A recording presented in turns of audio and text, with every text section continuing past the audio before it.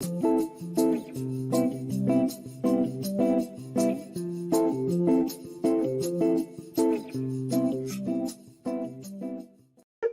up, everybody, and welcome to the Reality Kingdom, where we talk all things reality TV or whatever. Period. Period.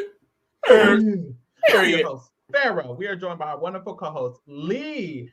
Lee, we got the first 3 episodes of the Traitors US. How are you feeling? Y'all, this is some of the best reality TV we've gotten in a long fucking time. Like, this is really how you do it. Like, no shade. They putting the challenge to shame. They picking Big Brother to shame, bitch. They're putting, I don't know they're putting Survivor to shame, but they putting a few of the girls to shame. They really are. I just feel like I'm very seated. Like, they have me on the edge of my seat. I'm really excited. Like, me and Pharaoh was saying off camera, like, whoever produces this show, they got their ear to the streets. They know what the girls want, okay? Mm-hmm. And they cast people who are serving it down.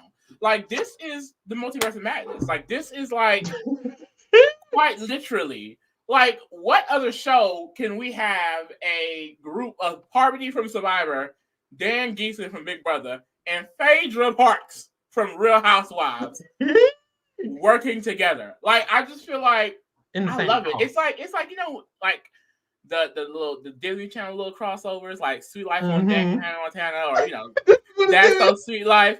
That's what this is giving. Or like I Party with Victorious. This is what this is giving. It gives like fan created. It gives fanfic. Like, this is a brand deal. Fanfic without the showmances. When people make their fantasy cast on Twitter, this is what the Traitors cast gives. Yep. This is and they serve. I love it. I love this cast. We did a cast video. Go check that out if you haven't. I love this cast so much. They give us a little bit of everything. They gave us a little bit of everything with this cast. Even the people I don't know, MJ and Tamara, I feel like they're giving something that I needed. I really needed that. I feel like this is going to be a good season. I'm seated down and period. That's just and honestly, like you were saying, like even the people I don't know, and that's because these are reality TV stars. Like we're also covering Traitors UK, so go tune into that. But like watching and seeing the difference between the two, like a cast of people who just have been on reality TV, they know what good TV is. They are big personalities because they've been so for so long. It just makes it more interesting. Like, the cast is more vibrant. The drama is a little bit more spicy. Like, the personalities are more fun. And I'll give it to, like, the Traitors UK because their regular people casting is pretty great. You know, but the Traitors US, the half of the cast last year that was half locals, half regular people. I mean, I don't remember any of them at all. None of them really stood out too much at all. None of them really did anything at all. So it's like Traitors US, they got something on their hands. Like, I don't think at this point they should ever go back to getting half normal people. It should always just be full reality cast. This reality cast is gifting, and it seems like they can get the cast. The fact that these people said yes, clearly it's probably because it's such a shorter season. It's not a big commitment. It's something different than a lot of these legends. Yeah, I think they're only out there for like 3 weeks. Girl, yes. Why would you say no to that? See, period. So we're here, y'all. We're here.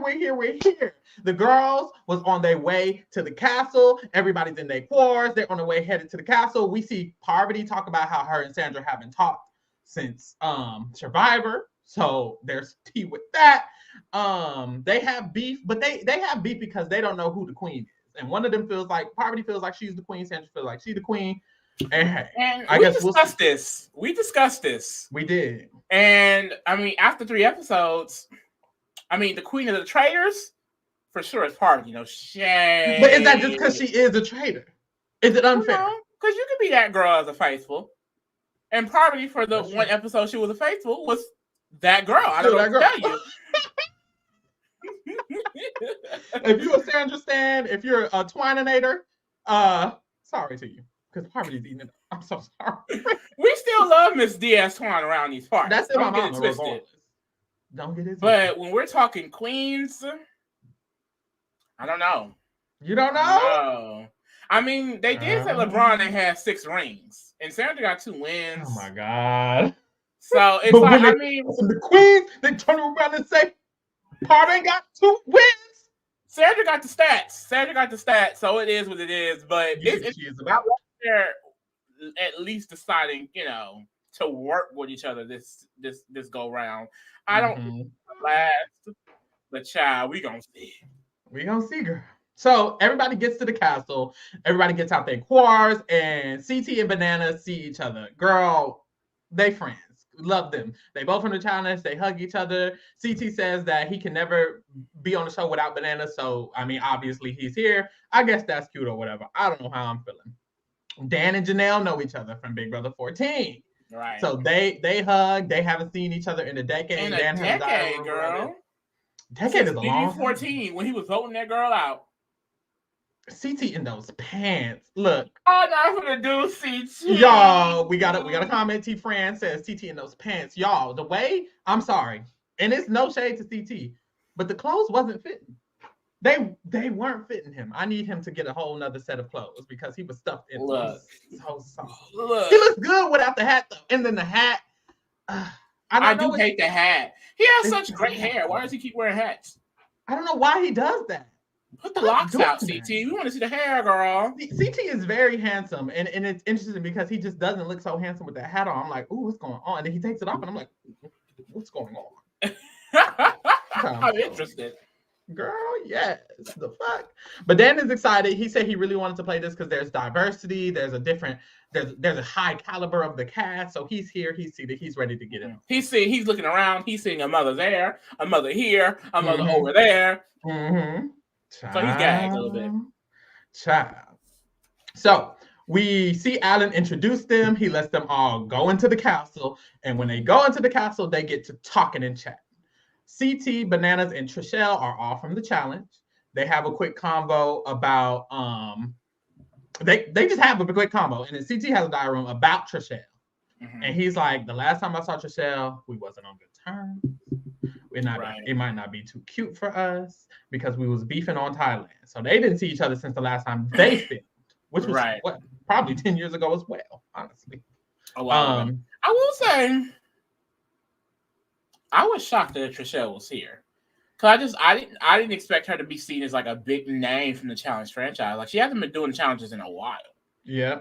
Like the last time she must have All Stars 1, and before then it was like Battle of the Seasons. Like she really hadn't done that many challenges. Were there challenges last season? No, right?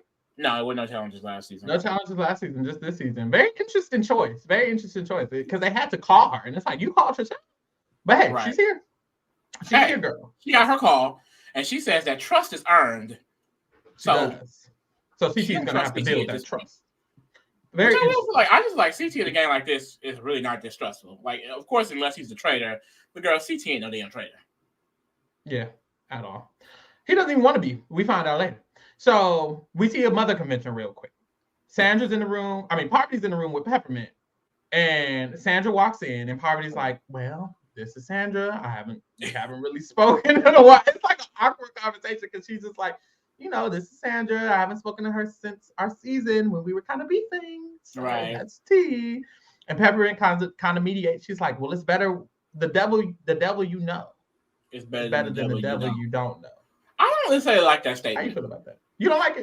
I'm not a keep your enemies close person necessarily, bitch. If you a devil, I don't want you around me.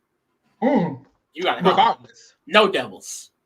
Regardless. I think I like the devil I know. I think I like the devil I know better than the devil I don't. I think it's kind of comforting, and I think that's why Parvati and Sandra agreed to kind of keep it cute. Sandra has a diary room saying, until I feel like I need to distrust her, I'm gonna be loyal. I'm gonna stick to my word.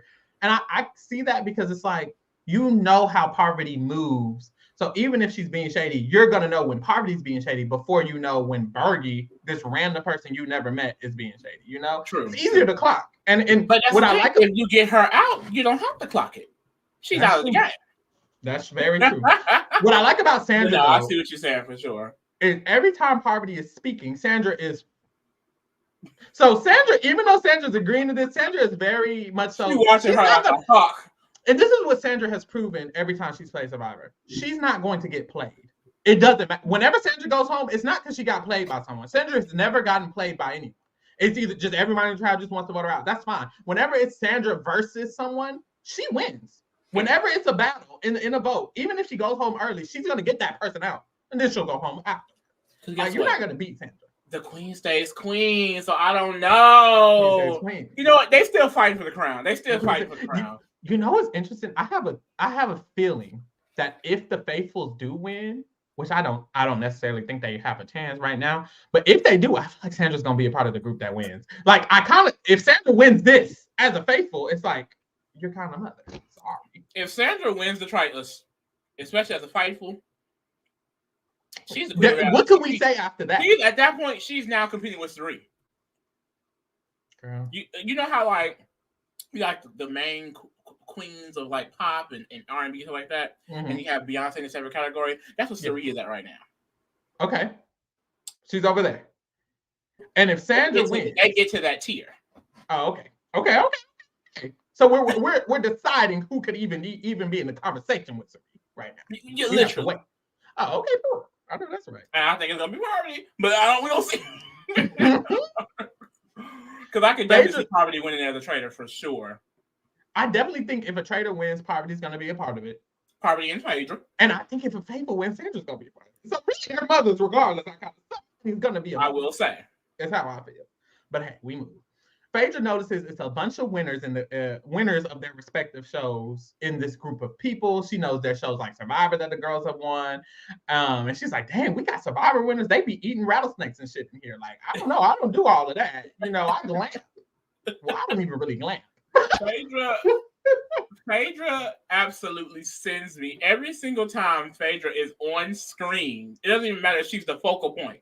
She is sending me. She needed to be casted and she needed to be a traitor.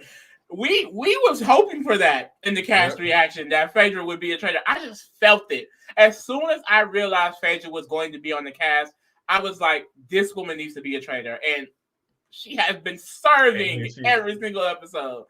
I'm so thankful for that. These producers know what we want. Like, oh my God. I think fan pages are running the goddamn show. That's what I think is happening. Gotta be. Literally people like us. It gotta be. Gotta be. Because they know what the fuck. All the way down to who's going to be a traitor, who's not. They got everything. They knew damn well we needed this. I love it. I really, really do. We see Janelle having some side conversations with Kevin. Everybody's in a room talking, and then in the corner, Janelle and Kevin are like whispering. And Kevin's like, oh, wait, who are these people? And Janelle's like, you don't know who that is? That's Bananas. That's Bananas over there. And he's won like 7 times. He's won the challenge. And he's like, the challenge what? What challenge? And she's like, the challenge the show? You haven't seen it? Where does Kevin be at? Kevin don't watch no TV. He be in Bling Empire, girl, over there. Counting his coin. Girl, clock it. Girl, saying Kevin's fine as fuck in the chat. That's your man. No, honestly, of the cast, there's a certain one who really got to my eye. But Kevin's cute. Say it. Demi. I'm not gonna say it. Oh, okay. Excuse me. Huh? Well, we see while Janelle and Kevin are talking, Phaedra and CT are looking at the memory wall, or not the memory wall. It's the wall of photos. They're looking at the wall of photos. And this is a hilarious scene because it lasts this entire segment. It's like they keep popping back to Phaedra and CT looking at this memory wall. And they're talking about Bananas. And he's like, yeah, that's Bananas. And she's like, he's a winner. He gives Repo vibes. He gives Repo Man vibes. Ooh. It's like, ooh, they clocked. Yeah, Rob King. I can't say the last name, but it will be mine. One thing that's always gonna get me, Lee, is an accent. I don't care what kind of accent it is. If you have an accent, and Maxim has an accent. The noise is sending me. So there you go. I'm tuned in with Maxim. I'm just period. The group is talking, and Bananas basically singles out John, and he's like, John, what's T? Because ain't you a part of Parliament? Ain't you in politics or whatever? And John was like, he's a retired politician. He's no longer a politician. And in his diary room, he's like, he's used to the backstabbing and the deception because he's in politics or whatever. Which Politics I is feel crazy. Like, I feel like, isn't politicians supposed to be speaking for the people and helping people? Why the fuck is it known for lying and backstabbing and clawing your way to the top? You're supposed to be helping people. Now, Lee, if you in politics, are you gonna help people or are you gonna claw your way to the top? I'm gonna help people, bitch. That don't even sound truthful. You sound like a traitor right I'm now. a fighter. I'm a fightful. I like... promise. I'm a fightful. Okay, Peppermint, slipping up. Don't do my sister Pepper. Pepper. Oh God, y'all. When we get to Pepper. Anyways, we got back to CT and Phaedra. And Phaedra gives CT the T on Larsa, and the way she describes this is so because she is getting to the T. She's like, okay, that is Scottie Pippen's ex. And CT's like, mm-hmm. And that is Michael Jordan's son. And he's like, okay. And they together. Okay. And Phaedra was like, baby, wake up. And cut the tea. Like, what are you doing? Oh, Larsa is keeping it in the basketball family. Phaedra was catching that tea.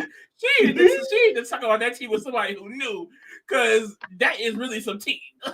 Child. The thing is, I think Phaedra says later on she really likes CT, and I think she wants CT to be one of the people who can like get into the tea of it all, be one of the girls, get into this tea. CT over here confused.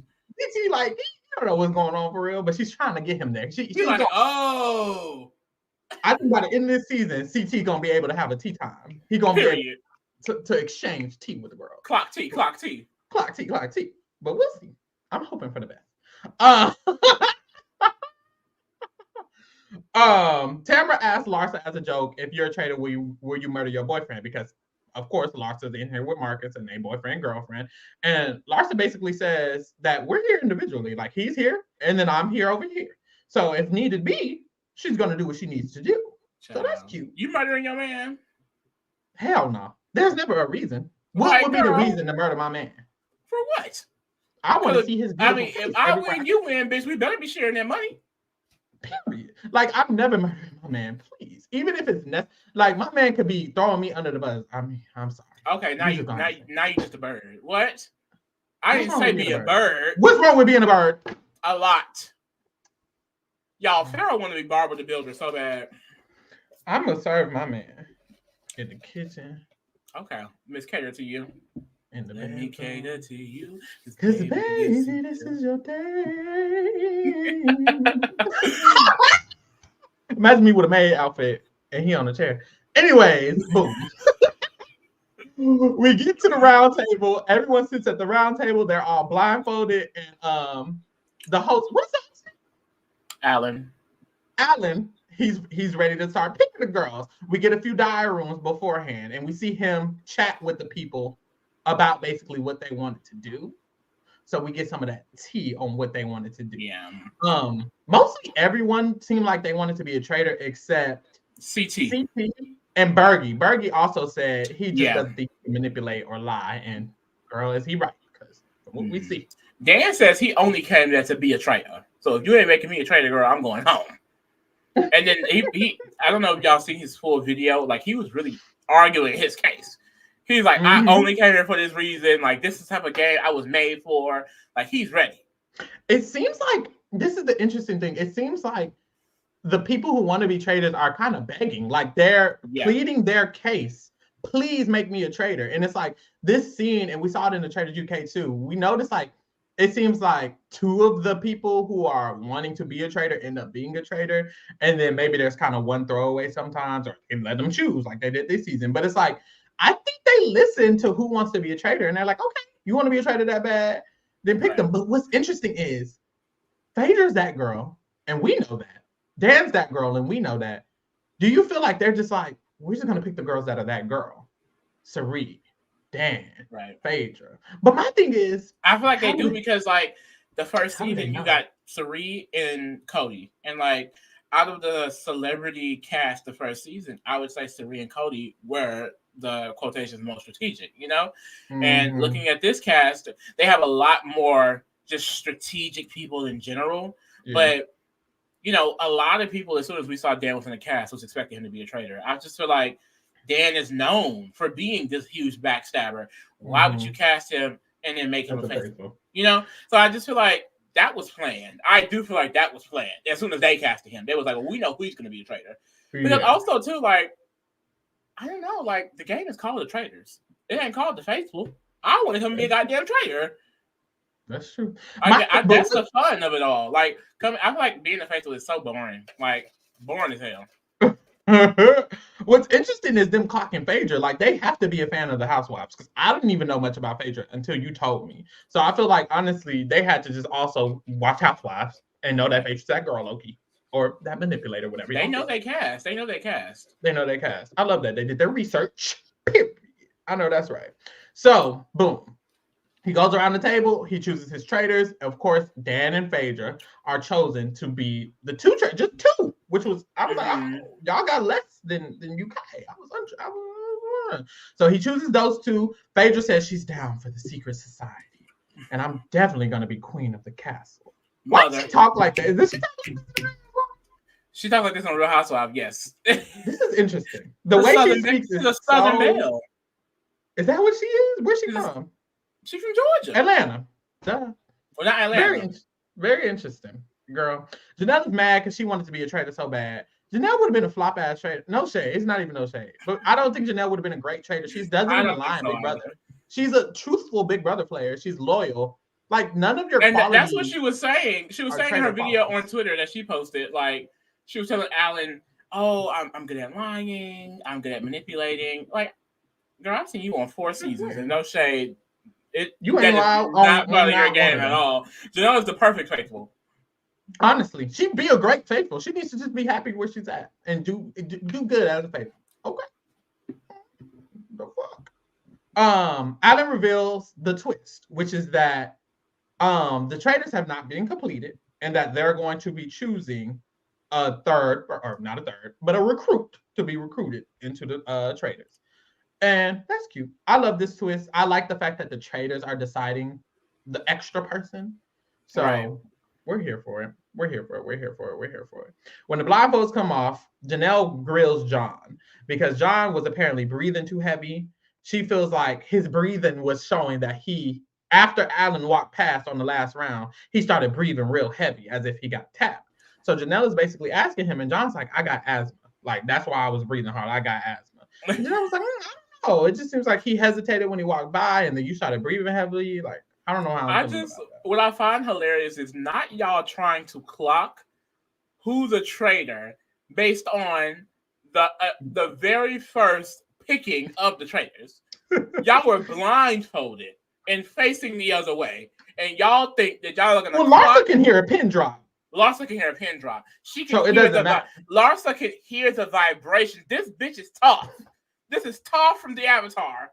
This bitch can hear the vibrations in the air, on the ground. Like, this alone tells me Janelle shouldn't have been a traitor, because, girl, you immediately trying to clock. You should be happy as a faithful, honestly. You're immediately trying to clock somebody. You would have got clocked.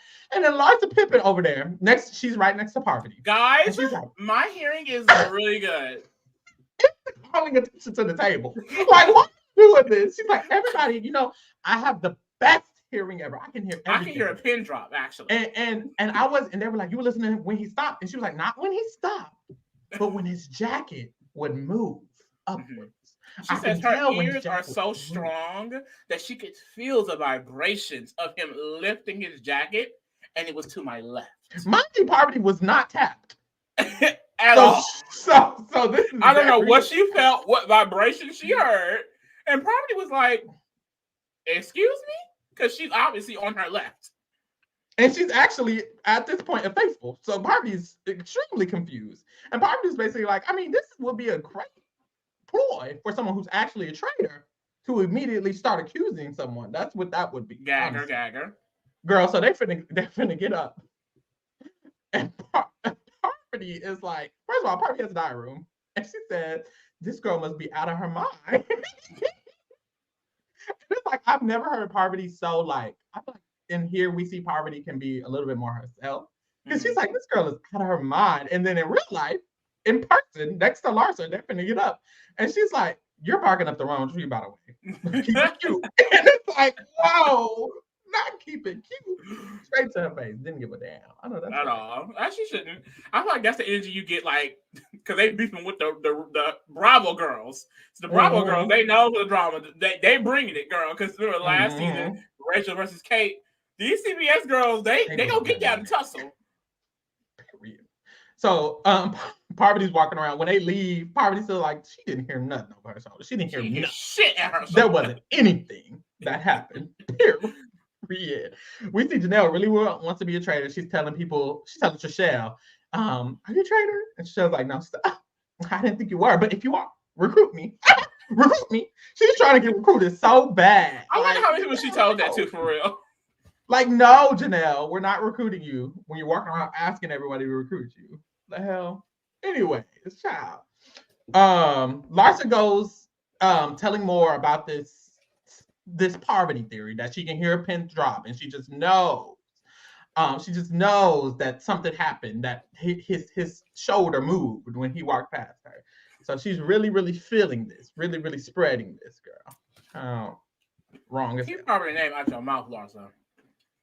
Please. The hell? Dan has a diary room. He says Larsa is doing a lot of work for him. He feels like he can just kind of sit back. He doesn't need to cause any diversion.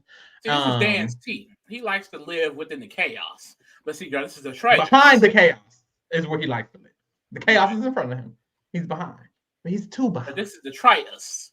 You can't be not too Big quiet. Brother, boo. Because that's suspicious. See, in Big Brother, you can be quiet as hell, quiet as a church mouse. People ain't going to look at you. People ain't going to worry about you. But the Traitors is some quiet ones you got to watch out for. It is. So I feel like he thought he was playing Big Brother and thought, okay, they are arguing. I'm going to just sit here and mind my business. Mm-hmm. And he was playing the Traitors. We have seen so many people literally get banished just for being quiet. Yep. Oh, you too quiet. Every season. Go. Every randomly, season. too. For no reason. For no reason. So stop being quiet and start getting real. Period. Child. Period. Larsa says that Parvati tried to deflect it back onto her. That wasn't cute. Ekin-Su is talking about some that's manipulation. That's manipulation. That's strategy. I learned about it in psychology. Period. And then she has a diary room about herself, and she's basically like, "Look, everybody tends to underestimate me because I'm the pretty girl, but in reality, I'm more than just that. You know, it's not just that. I believe in aliens. I believe in theories, conspiracy theories. I love cartoons. Like, I'm not just a pretty girl. I can twist my arm all the way back. I'm just so relatable. And people love that." The comments were saying that Ekin-Su was going to be hilarious, and I see it. Like, literally, was this woman like this on Love Island? Because, like, that is. But how does this even apply to Love Island? Like, that's what I'm wondering. She's like, so random. Like, what was that? And then even the way she jumped into the conversation, that's manipulation and projection. Mm-hmm. Literally. Yep. I know. I have my psychology degree. Like, girl, what are we talking about? Girl. Janelle starts spreading this John theory. She really thinks he stopped breathing during go to round. My thing is, and it's not even no shade to John. John is a little bit, wiser. Older. Wiser is cute. He could easily, him stopping breathing could mean a lot of things. It could be anything. His asthma. Like, believe. And that thing, what happens is the faithful start going off of just arbitrary shit. Anything. Literally saying this, like, to break it down simply, they're saying you're a traitor because you were breathing weird. What? Like, what? And the thing was hilarious about these type of accusations is because you think you're going to clock the first traitor on the very first round based off of breathing and nothing else. Breathing and Alan stopping. No. Like, no. It just needs to be more thought than that. Like, girl, please. Parv starts telling people she's not a traitor and that girl didn't hear shit, period. Clearing her name. Love that for her. Mother. And then we see Bergie and Ekin-Su have a conversation by the wine bar. It's weird because Ekin-Su was like, how you feeling? He says, I'm a faithful. Right. So how you feeling? Because you seem a little nervous. She's like, I'm a faithful. She says, oh, you're speaking very fast. And he says, oh, I'm not a traitor. And she said, I didn't say you were a traitor. I said you were speaking very fast. and then you spilled your drink. People were talking about Berkey because we don't watch Love Island, so I kind of got the impression that this is how he is. Like, he has this like nervous type energy, and then he kind of says in the dining room that people who watch Love Island would perceive him as someone that is easily manipulated. And I'm just like, how are you easily manipulated on a dating show? Island. He got cheated on. I'm assuming. Like, had to have been like someone, like I'm assuming like some girl played in his face, and it was so obvious. Yeah. Like, let us know how Berkey got played on Love Island, because I'm actually curious. Berkey ended up getting top 3 on that, and I was wondering why, because like just seeing his bio and his pictures, I was like, I mean, I guess, but I feel like his energy is cute rather than other things. But I see why people like Berkey. He's like a dog. Even in this moment when he's nervous, he gets beat red, literally. And he's like shaking his cup, dropping it, spilling everywhere. It's like, oh, it's adorable. You're with what a baby. Let me stop. You need somebody to clean your house. But that is what it gives, no shade. No, the fuck. Bananas keep toasting. Bananas toasted earlier. He gave a toast. He gives a toast. And it's like, what's happening? One thing Banana's gonna do is give a damn toast. This man gave a toast on every iteration of the challenge. He gave a toast on House of Villains. He gives a toast here. Like, he wanted, that's why he probably was doing multiple. He wanted to make sure the cameras caught the toast. He was gonna get a toast on camera, regardless. Period. I'll give him that. So after this, they head to the mission. And on the way to the mission, we see Trishelle. She's in the car. It's a few people in the car. Phaedra's included in these people. And she's like, I think everybody in this car is a faithful for sure. 100%. And it's like, including Phaedra. Thank you. Now keep thinking that. Period. Thank you. So they get to the challenge, and they're by this big ass pond. And the challenge is that they're going to have to go out, paddle out into the pond, collect some puzzle pieces, put it together, and make sure you put the puzzle together. And then on the shore, people can search for the clue that shows you how the puzzle's supposed to look. So that way they can help show you how the puzzle's supposed to look. We got the same conversation in UK, Traitors UK, if you're watching that. So we've seen it before, but some people might not watch Traitors UK. But it's cute. Go watch that if you have. It's a cute little thing. But this competition is cute, so they have to do all of that. But first, they're gonna be tied up to poles before they're able to start, and they have to untie themselves before they can actually get going, of course. And Alan also lets them know that this season they're gonna be competing for shields every mission. Love that. Period. Yeah, I really love that idea.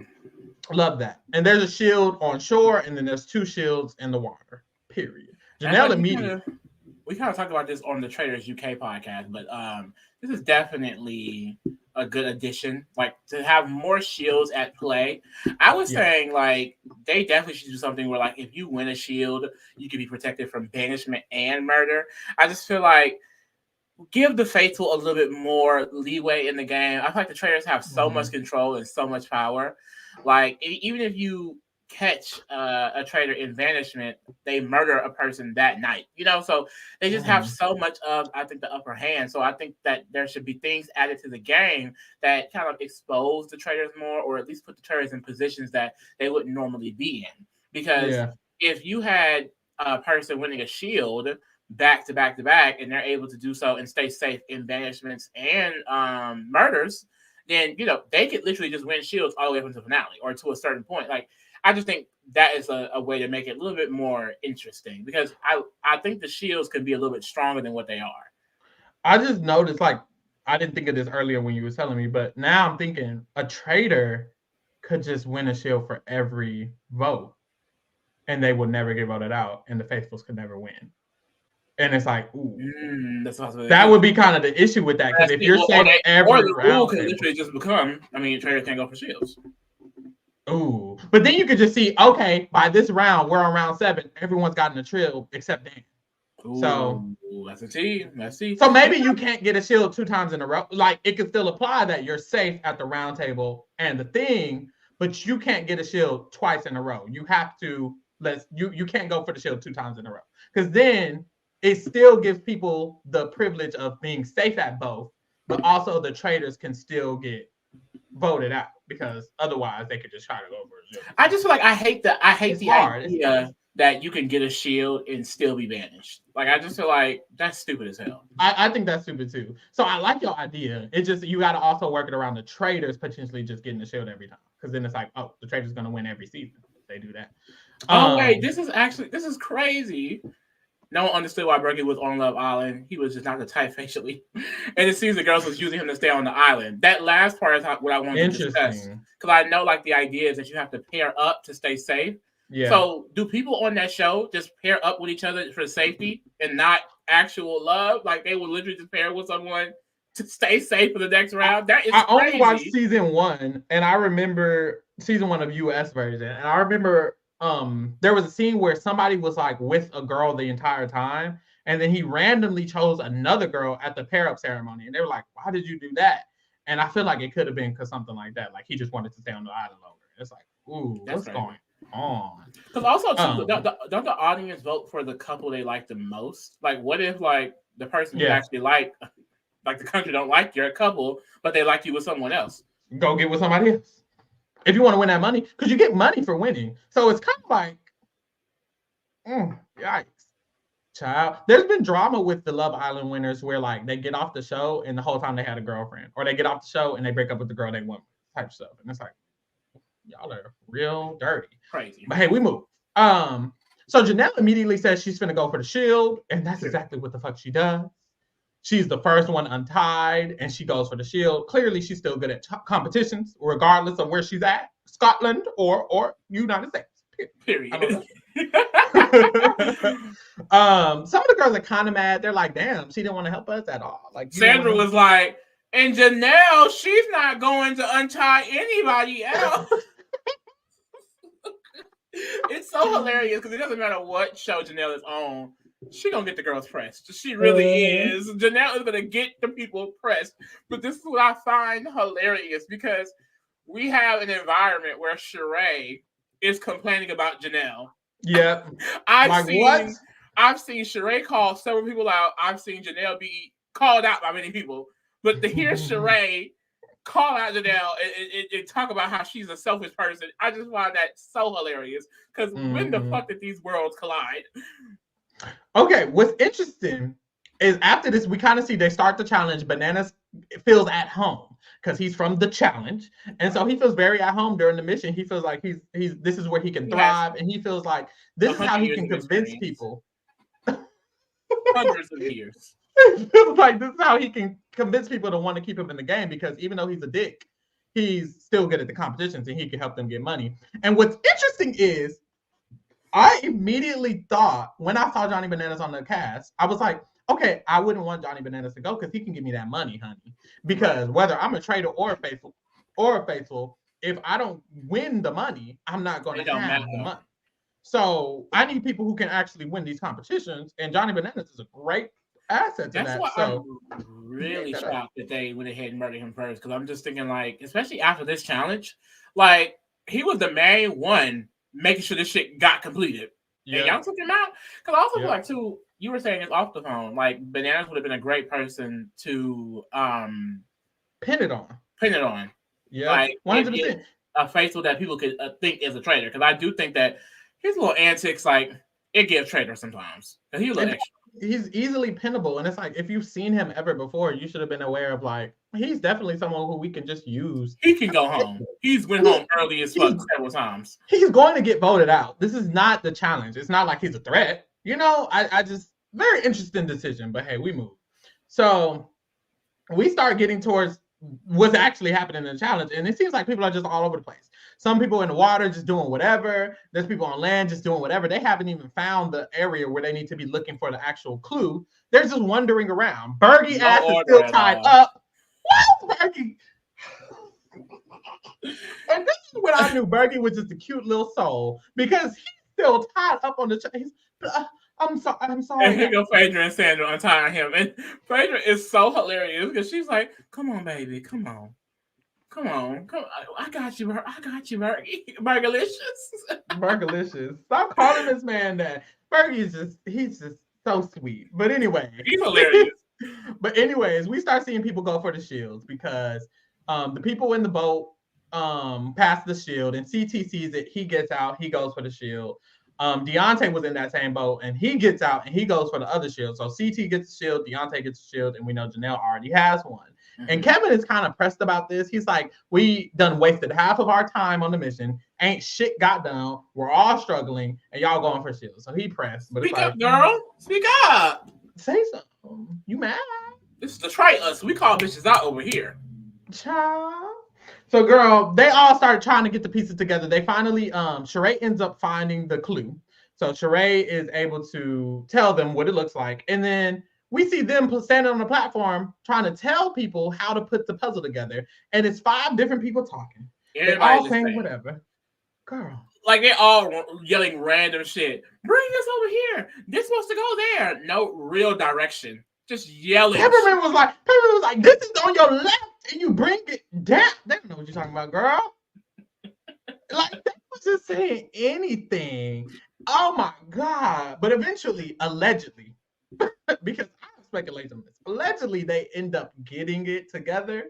And with like 1 second to spare, they all make it to the shore. But my thing is, it said 1 minute left, and they didn't even have the puzzle together. And then they get the puzzle together. They're swimming to shore at the last 19 seconds. And you notice, as they're swimming, it can pops back up at 3 seconds as they're just getting to the land. I call bullshit. I don't think they had that in time at all. Girl, it seemed very fishy. I feel like my theory is they were close to getting it, so they just gave it to them. I think it was close. They were so all over the place. Like, it was crazy. Really like, watching the challenge on Traitors UK, they ate that up. They got it together real quick. But I feel like, this is kind of like the negative of having so many reality TV stars, because everyone has their own personality. They all have their own mindset. None of them are followers, except Evan Baragay. But not even him. We'll see. So it's like, that's definitely the downfall of it. Yeah. Everybody want to be a leader. You all can't be leaders. Yeah, you can't. All of them trying to lead the puzzle. They're like, we just need one person. They can't do it. But they end up allegedly getting the money. I guess that's cute. They are terrible at these challenges, by the way. Like they be struggling down. It never gets better. I'm sorry. I'm very sorry. So on their way back to the castle, they're done with the competition, and we see in the cars, people are starting to complain because they're mad that people are going for shields. Banana's mad that people are going for shields. We see Sheree in her car. She's mad people are going for shields. They always do this every season. Every season, there's always some issues about people going for shields. I don't necessarily understand. But hey, I don't think I would give a damn at all. I agree. I honestly don't think I'd go for a shield.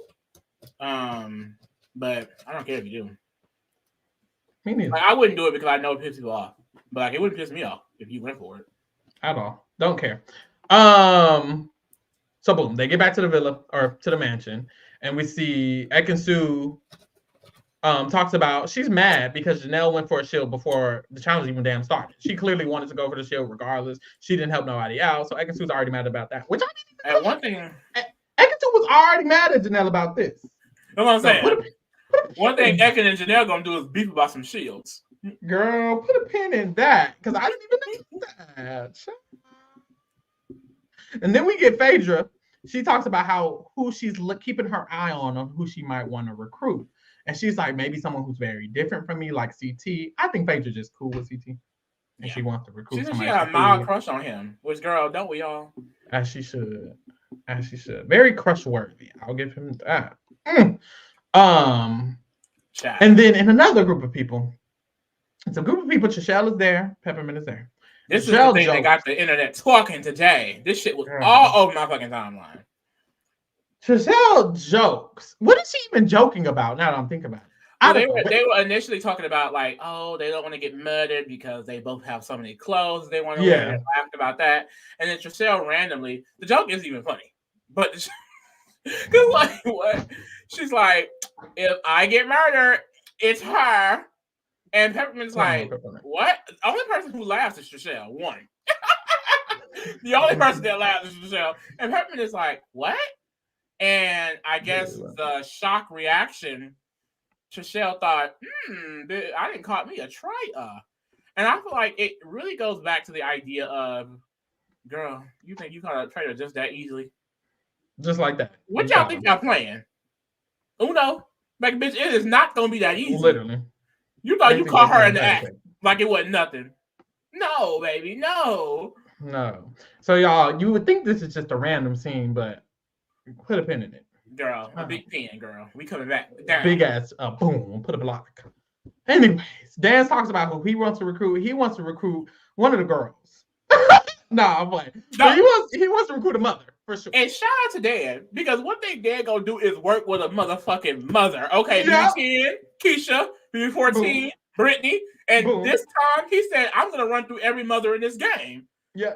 Whether it's Janelle, Sandra, maybe even Ekman too. He doesn't know what mother he's gonna work with, but he's gonna work with a mother regardless. I love that. He has taste. He has taste. The fuck? So yeah, he's deciding which one of the mothers he's gonna work with, Janelle, Parvati, or Sandra. Mm-hmm. Period. Literally. That's what those are his options, and that's it. I know that's right. He calls Parvati the female version of him, which I thought was cute. I mean, he does. That is cute. To himself. Maybe you're the male version of Parvati? I have a question, Lee, and to the chat. Do you think Parv or Dan, who's more that girl? Who's more better at their respective things? Girl, it's hard to compare BB shows. But now they're here. Shows. But Dan is a Big Brother winner who came back and made it to the finals. Parvati won, came back, made it to the finals, and she also played several other times too. But she's always been that girl. I just feel like it's hard to compare. It really is. But now they're both here. Do you think by the end of this, we can kind of figure it out? Or this isn't enough? This isn't enough. Traitors not strategic enough. Not necessarily enough, only because of the format of the game. But I do feel like Survivor is slightly harder than Big Brother when it comes to strategy. Like, I think the psychological effects of being in the Big Brother house is worse than being on the island for 26 days. But I feel like the level of gameplay on Survivor, it's a little bit more nuanced and harder than being in the Big Brother house. Especially like the amount of duds you have to play with. I feel like there's way less duds, especially on Parvati's season. Parvati came back on the Parents' favorite season. A lot of those favorites were pretty good players. And then she came out here versus Village, and it was the same way. Dan, he was on 2 seasons where like it was a lot of new people who didn't know what the fuck they were doing, really. But I don't know. I feel like I want to give it to Parvati a little bit. I do, but it is a hard comparison. I have a theory. My theory is that the best Survivor players are way better than the best Big Brother players, and I don't know. We really don't. Are you saying Sandra, Parvati, Kim, Tony? They are shitting on the Dans, Wills, Derek's, Cody's. I do believe so. I think just when you just put general strategy, social strategy in a box. And you're like, who's best at general social strategy? I think the Survivor players are going to take it. And we see in the challenge, and these aren't one-to-one comparisons, but we see in the challenge, Survivor ends up winning. We see on the Traitors, Cirie bodied Cody. Cody, one of the best Big Brother players ever, was bodied by someone who's never won a Survivor season ever. So it's like, even though Cirie has never won Survivor, she's still maybe better than Cody at social strategy, and not even maybe to me, but to some people it's maybe. And Cody has won Big Brother, and it's like, well, Cirie's not played Big Brother and lost, I will say, but still, I feel like some of the Survivor players have like, I don't know, or maybe they're just too separate because we saw Cirie come, we saw Cirie I see what you're saying though, because I feel like even by the end of these 3 episodes, like Dan getting caught up and Parvati really not at all. Probably really not at all. And even when it comes to the faithfuls, I feel like Sandra has shown she's probably going to be one of the solid faithfuls who people just really know is a faithful, and she's good and she's socially good.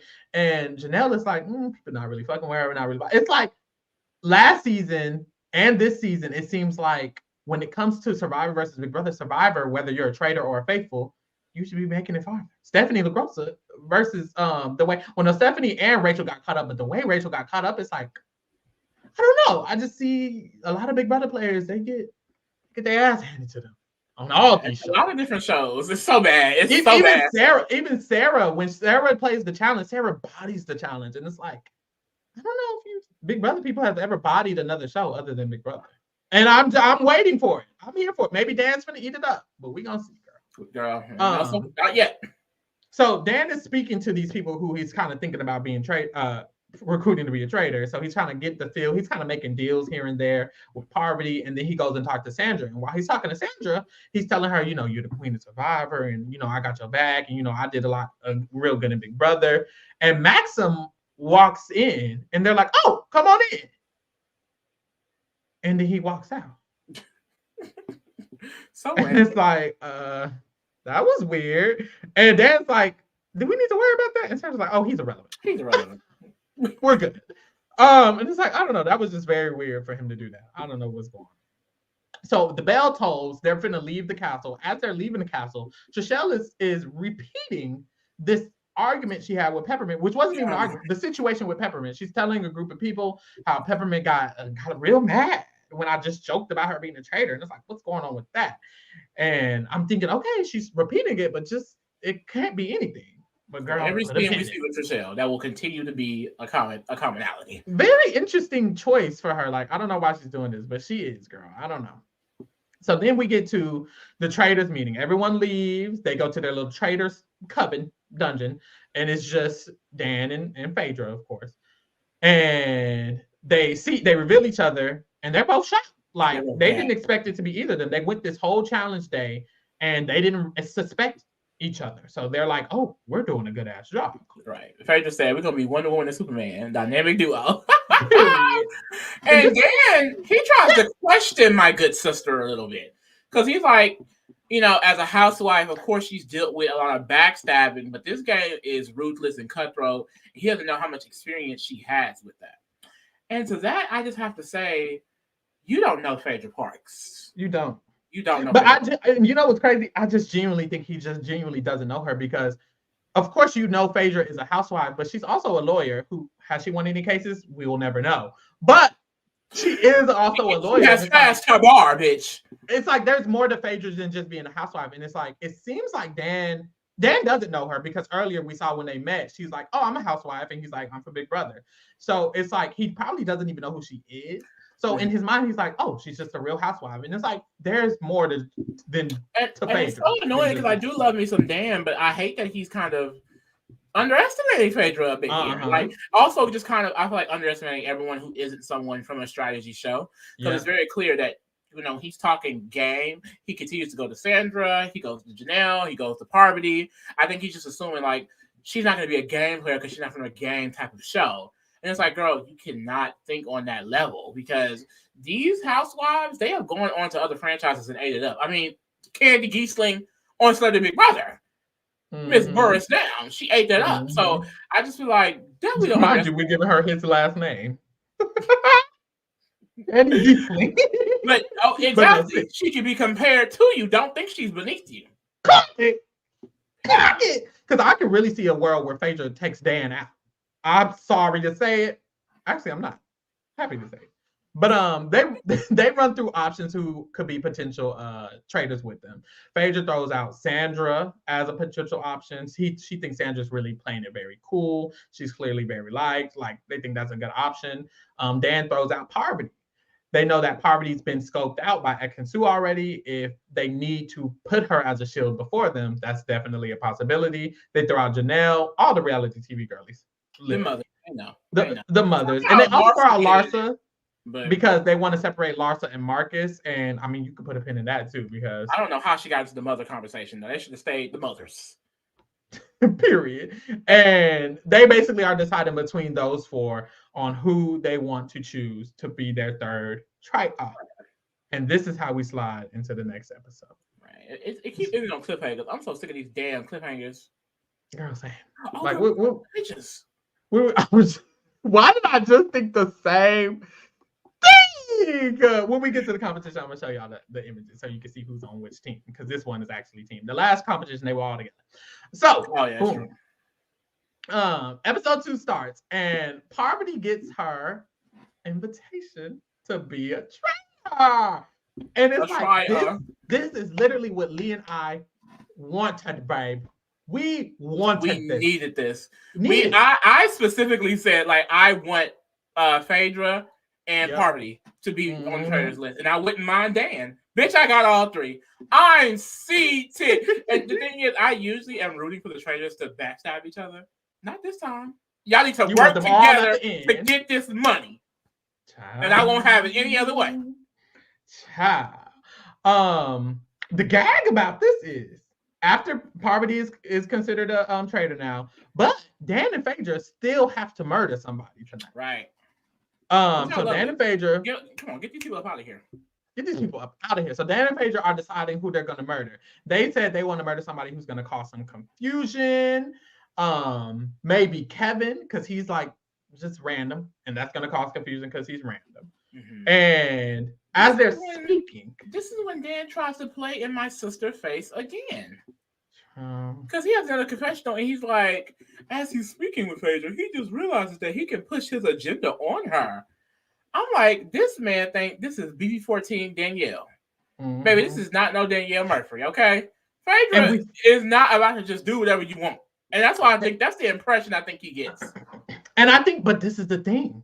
Phaedra, and this is the thing, Phaedra is smarter than Dan thinks. And I think Phaedra is purposely giving that impression because later on episode 3, we see her say, I'm going to allow Dan and Parvati to be together because I don't want to be around my colleagues. I'm not going to just be seen and associated with y'all. I think Phaedra is just allowing, for now, them to do what they need to do, what y'all want to do, and I'm going to be the faithful that I am. She's going to be able to walk around and genuinely just be a faithful while they're walking around looking like traitors. So Dan thinks he can just like she's going to win at the end because she's sitting here chilling, making great relations, being a faithful. And he's literally, I won't say overplaying, but the way that the girls were catching on to him, potentially. Girl, potentially. So Dan also throws out Banana's name after he feels like he can convince her or anything. He feels like Banana is somebody who could potentially be smart enough to catch on to them. And this I thought was like such a bad decision because Bananas is clearly, like we said earlier, someone who could potentially be a target or assumed to be a traitor. And we see later on, Dan gets nervous about the amount of men that are gone and how everyone knows a man is a traitor. Johnny is the perfect man traitor. If there had to be a man who's a traitor, it could be Johnny Bananas. And it's like, I mean, y'all wanted to kill him so bad. Right. So it's like, child. They also throw out Peppermint. Good luck. So we get to breakfast. Like, leave my sister alone. Literally. Her name I drove out. We get to breakfast. And everyone starts filing in. Dan and Phaedra are trying to blend in. They're trying to make it seem like they're just, good.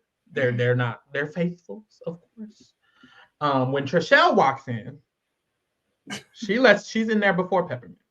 She lets the room know that, I was telling Peppermint a joke. I was like, I mean, if I die tonight, you're a traitor. And she just got so like antsy about it. And this is the second time she's repeated this. She had the conversation in front of people. She repeated it to a different group of people. And now at breakfast, when majority of people are in the room, Peppermint's the last person to walk in, literally. So almost everyone but Peppermint is in the room. And she's now repeating it again. Me personally, I don't understand why she keeps talking about it. Like, girl, we get it.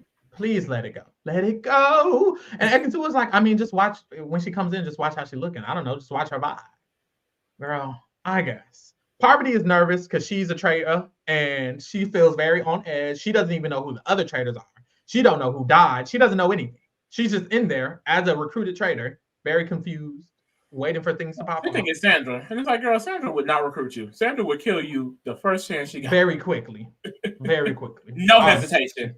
She would go in there, I think we should do Parvati. She would just randomly. She would just say it. Just cause. Wouldn't have no reason. Wouldn't care. Child.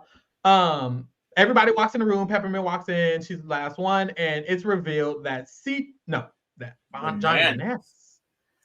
And the girls are gagged. I'd be gagged too. I don't think anyone thought Bananas would go home this early. Like first? I mean, not gonna lie, I'm kind of happy. Oh no. I'm happy because, like I said on the cast reaction, girl, we see Bananas all year round. He needs a break. He does. I'm tired.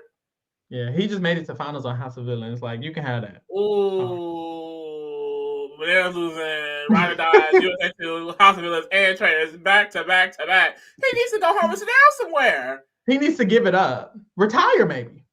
Right.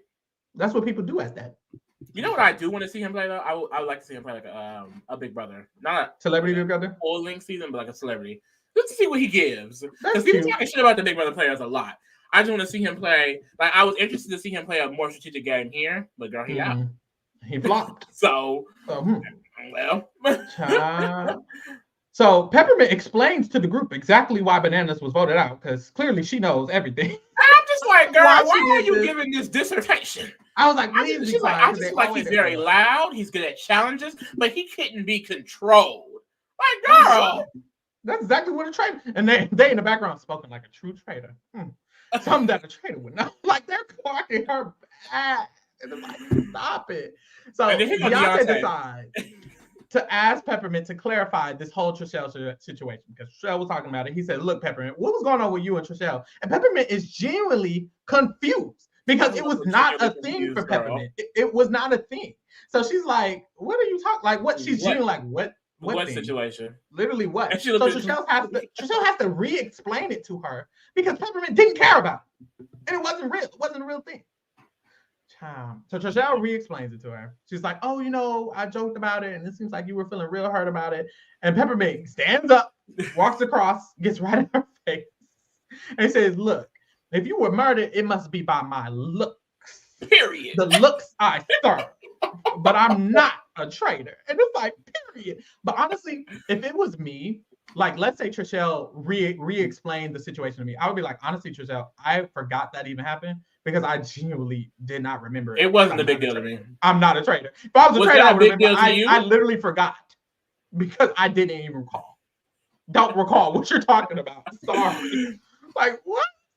Talking about the hell? Child. Anyways, Alan comes in, introduces that, or Alan lets them know that Bananas went home, of course, and that they're gonna split into 3 teams for this challenge later on. Good for them. Love that for them. We get back to the house. Everyone starts walking around, talking, and Larsa and Janelle start discussing how everybody's saying Peppermint. We see Dan. He goes and he scopes out his new recruited traitor who doesn't know that he's a traitor. Mm-hmm. So he just lied to her face. He's like, "Are you a traitor?" She's like, "No." And she's like, "Are you a traitor?" He's like, "No, I think you're faithful." They just lied to each other's face. Child. And we see this Peppermint versus Trishelle thing start to blossom because Peppermint's talking with a group of people, and CT is like, "Do you think you started to be suspected?" And Peppermint was like, "After that, I feel like I must be. I just think it was blown out of proportion. It was just a random comment. Like I just don't know. I just don't know what's going on about that." And she's saying if she was dead, that I'm a traitor, and she's alive at the table talking to me. So clearly, there's no issue. Like I don't know what the issue is. And it's like literally, really though, literally, child. But when she leaves, everybody starts talking about how she's being defensive. And it's like, yeah, she's being defensive. Girl. Like you accusing her of being a traitor. We see another group of people talk. Peter's talking to Kevin, Sandra, and Parvati, and Tamara. He's asking them how they're feeling, what they're thinking for the vote. Tamara says her intuition is telling her that John is a traitor. He is not a traitor at all. That's why I feel so bad when they're like, my intuition, or I saw someone in the chat said it earlier, like when someone is like, oh, I'm so 100% sure someone isn't a traitor. Like, it doesn't make any sense why you're saying these words because you cannot be too sure. And this is a guessing game at the end of the day. And there are like 22 people in the house. Like, literally. And they're talking about this bullshit ass reason with this bullshit reason that Janelle threw out that he was breathing. Like, that's their evidence. And it's like, that's it. Y'all just say anything. Like, y'all hop on the and then she was like, he's a politician. Just because he's a politician in the real world does not mean. Like, what? Like, I don't know. I just need them to come up with something more valuable. And MJ says that later. Shout out to MJ. Fuck. And this is the thing. I was saying this with Traitors UK. I love that I start to see who's a good faithful versus who's just terrible faithful. Because I was worried that the only thing that would be relevant in these shows is the traitors. But I love that I can be happy that someone's actually being a great faithful and actually playing well as a faithful instead of just flopping around saying anything. Shout out to MJ. Period. The fuck. After this, we head to the mission. At the mission, we see they were split to into groups. One group of 6, 2 groups of 7. I can show the images now. If you're a visual learner, go to YouTube. Period. Aww. We'll have the people, their names, all on the screen. Very, very cute for you. I love that for us. Period. But boom. So let's split them into 3 teams. Boom. They start off this task, and Alan lets them know that the 3 teams will have to race against time. They have to reach a field of gold, and the field of gold is going to have $20,000 in it, and you're going to have to rip out the gold from the, what are they called? Scarecrows at the end of the field, but you're going to have to get there. And on your way there, you're going to be asked questions. These questions are going to be about the contestants, and you have to choose the right answer versus which of the 2 contestants apply to that question. And if you choose the right answer, you're going to be able to unlock a box. And if you choose the wrong answer, you have to go back and get the right answer so that you can actually unlock it or whatever, right? Period. So this challenge caused a lot of drama in the Traitors UK child. It did. The girls are pressed over this. I like this challenge, but I don't like it so early. I feel like it's less impactful because they don't really know these people. The people kind of really don't care about the dynamics. I think it happened round 3 or 4 on the Traitors UK, and I feel like they barely met these people. Like, these answers ain't real for real, you know? I don't know, but hey, we're here. So the teams all make it to question 1. The first question is, whose opinion do you value the most, Larsa or Marcus? And Marcus is the correct answer. So I love that. Who would you say? Of Larsa and Marcus, or just in general? Because that's the thing, I feel like they're asked just in general. But of Larsa and Marcus, whose opinion do I value the most? Never a man. So it will be Larsa. Because never a man. Well, girl, but the correct answer was Marcus. Steered your team incorrect. I wouldn't have told them. That's the thing. It's different, and this is what people need to know. Trishelle, what you vote isn't what we're guessing. We're guessing who the majority voted. Who do you think was voted by the majority? I would think the majority will vote a man because majority people are birds. But reality, I would vote a woman. And like Trishelle should know that when she's talking about a further question later on, that it's not about what you voted. It's the real tea. So get into the real tea. Period. Period. I know that's right. They talk about, there's this plan that Larsa has because, or is it Tamara that has it? I don't remember, but someone has a plan. Oh yeah, it's Tamara's plan. Tamara plan to catch John in his lie because John allegedly has asthma. He told Janelle he has asthma at the round table. And so while they're running, John seems like he's running a little too good for them. So Tamara is like, John, you don't really have an inhaler. Do you? Where's your inhaler? And he's like, oh, no, I don't have an inhaler. Tamara has a diary room. God, is that? Everyone knows if you have asthma, you need an inhaler. And she just knew his tea was clocked right there. It do look kind of sus. It do. I don't have an inhaler. Y'all don't know nothing. Bitch, if you got asthma, if we're doing a running competition in the mountains, why the fuck don't you have an inhaler? As a kid. But you said you have asthma now. If you I didn't say asthma, now. I said I have asthma. Now. He did say now. He said I have slight asthma. If you I have asthma, slight asthma. If you have asthma, you're adding the word now. Where is your inhaler? I don't have one. You're a traitor. and that's the thing. Whether I'm lying about asthma or telling the truth about asthma, what does this have to do with me being a traitor? Because at the end of the day, he's not.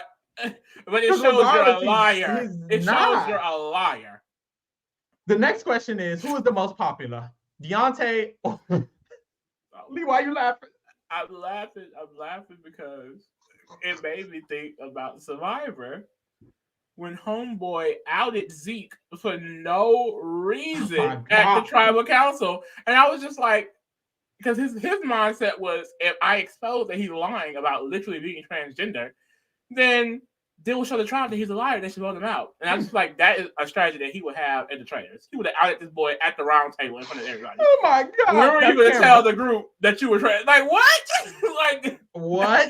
I think about that randomly so much because the logic behind it was absolutely insane. But I feel like that is a lot of the logic that they use on the Traitors. It's like, yeah, they're trying to make if you're disingenuous about anything, you're automatically a traitor and you can't be trusted. And it's like, Hey, That's no. not true. No, sorry. So question 2 was, who was the most popular, Deontay or Peppermint? And the girls was struggling. I would assume it was Deontay. I literally thought the answer was Deontay because of the whole situation with Peppermint this morning. Me too. But I mean, popular. I mean, I don't know. Like, clearly, Trishelle was the only one who was pressed at this time. Seems like at the time of the questioning. But it's funny because Peppermint's team, Peppermint was like, I mean, I think it's me a little bit. And they're deciding to try to pick Peppermint. So they grab Peppermints and they're on their way and they're like, wait, hold on.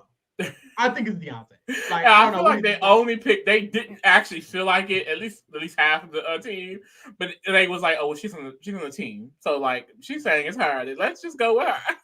Yeah, literally. But that was the right answer. So you should. That was the right answer. They had to all the way go back and get her from the ground because they put her key on the ground and use it because the right answer was Peppermint. Eat that up. I know that's right. Trishelle, when Trishelle finds out, they go all the way there. They have the key for Deontay. She's like, "Ooh, I guess the key is broken because something's not right. Something's not going on." She said, "Ain't no way. Ain't no way." And it's like, yes, girl, it's Peppermint. Yeah, you're wrong, Trishelle. It's not Pepper. So question 3 is, who needs to speak up more? Sheree or Dan? And the girls are very confident. It's Dan. Larson said Dan. They didn't even hesitate. They knew. They got Dan Clark. Mind you, Dan is on that team. So they have Dan Clark, but my thing is, me being Dan, my first thought would be like, ooh, I probably need to speak up more. We'll see if that happens, I guess. Don't know. Wow. Phaedra was like, ooh, it's interesting that they're noticing that he's like very introverted, and I hope that's going to really work in this game. If you notice, there's no scenes of Phaedra deflecting at all. Nope.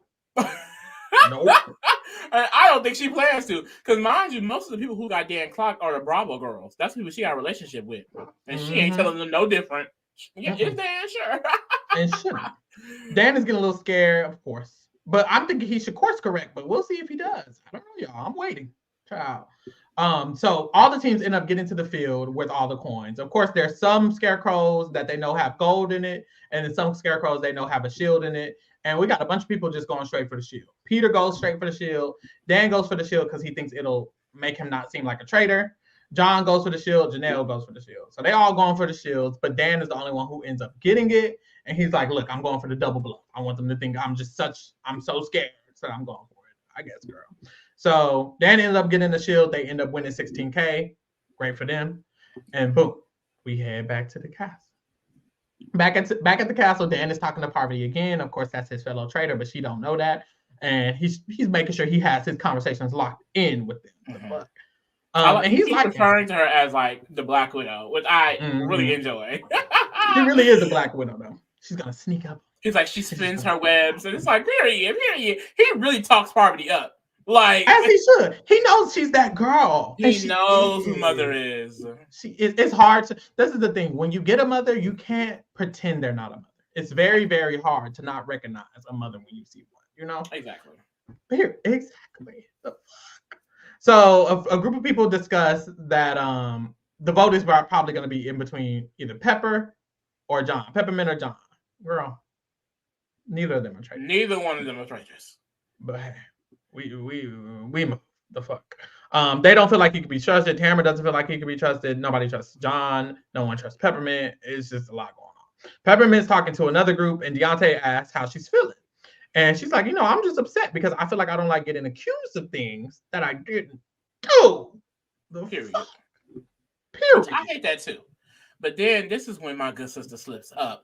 Yep. Because she's like, if Trishelle is so concerned about not banishing a traitor, I mean, not banishing a fightful girl, they stop her so quick. But you just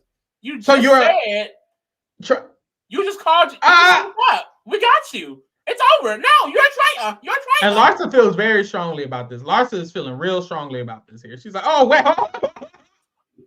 Hold on, Holiday. Which, again, I just feel like, girl, you thought it was that easy. Like, I guess she could just be the worst traitor ever. But I wouldn't take that chance. Girl.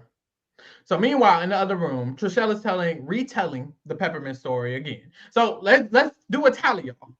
It occurred with a group of people in the room. When the bell rang, she told a group of people in the kitchen. At breakfast, she told a group of people at breakfast, majority of the house. And now again, she's telling a group of people again, retelling them the story. Put a pin on that. That's she 4 is times. Singing this story. Like That's all 4 over times. the castle, bitch. I'm sure Alan didn't heard it about 6 times. Literally. I'm tired of hearing it. So that's multiple times.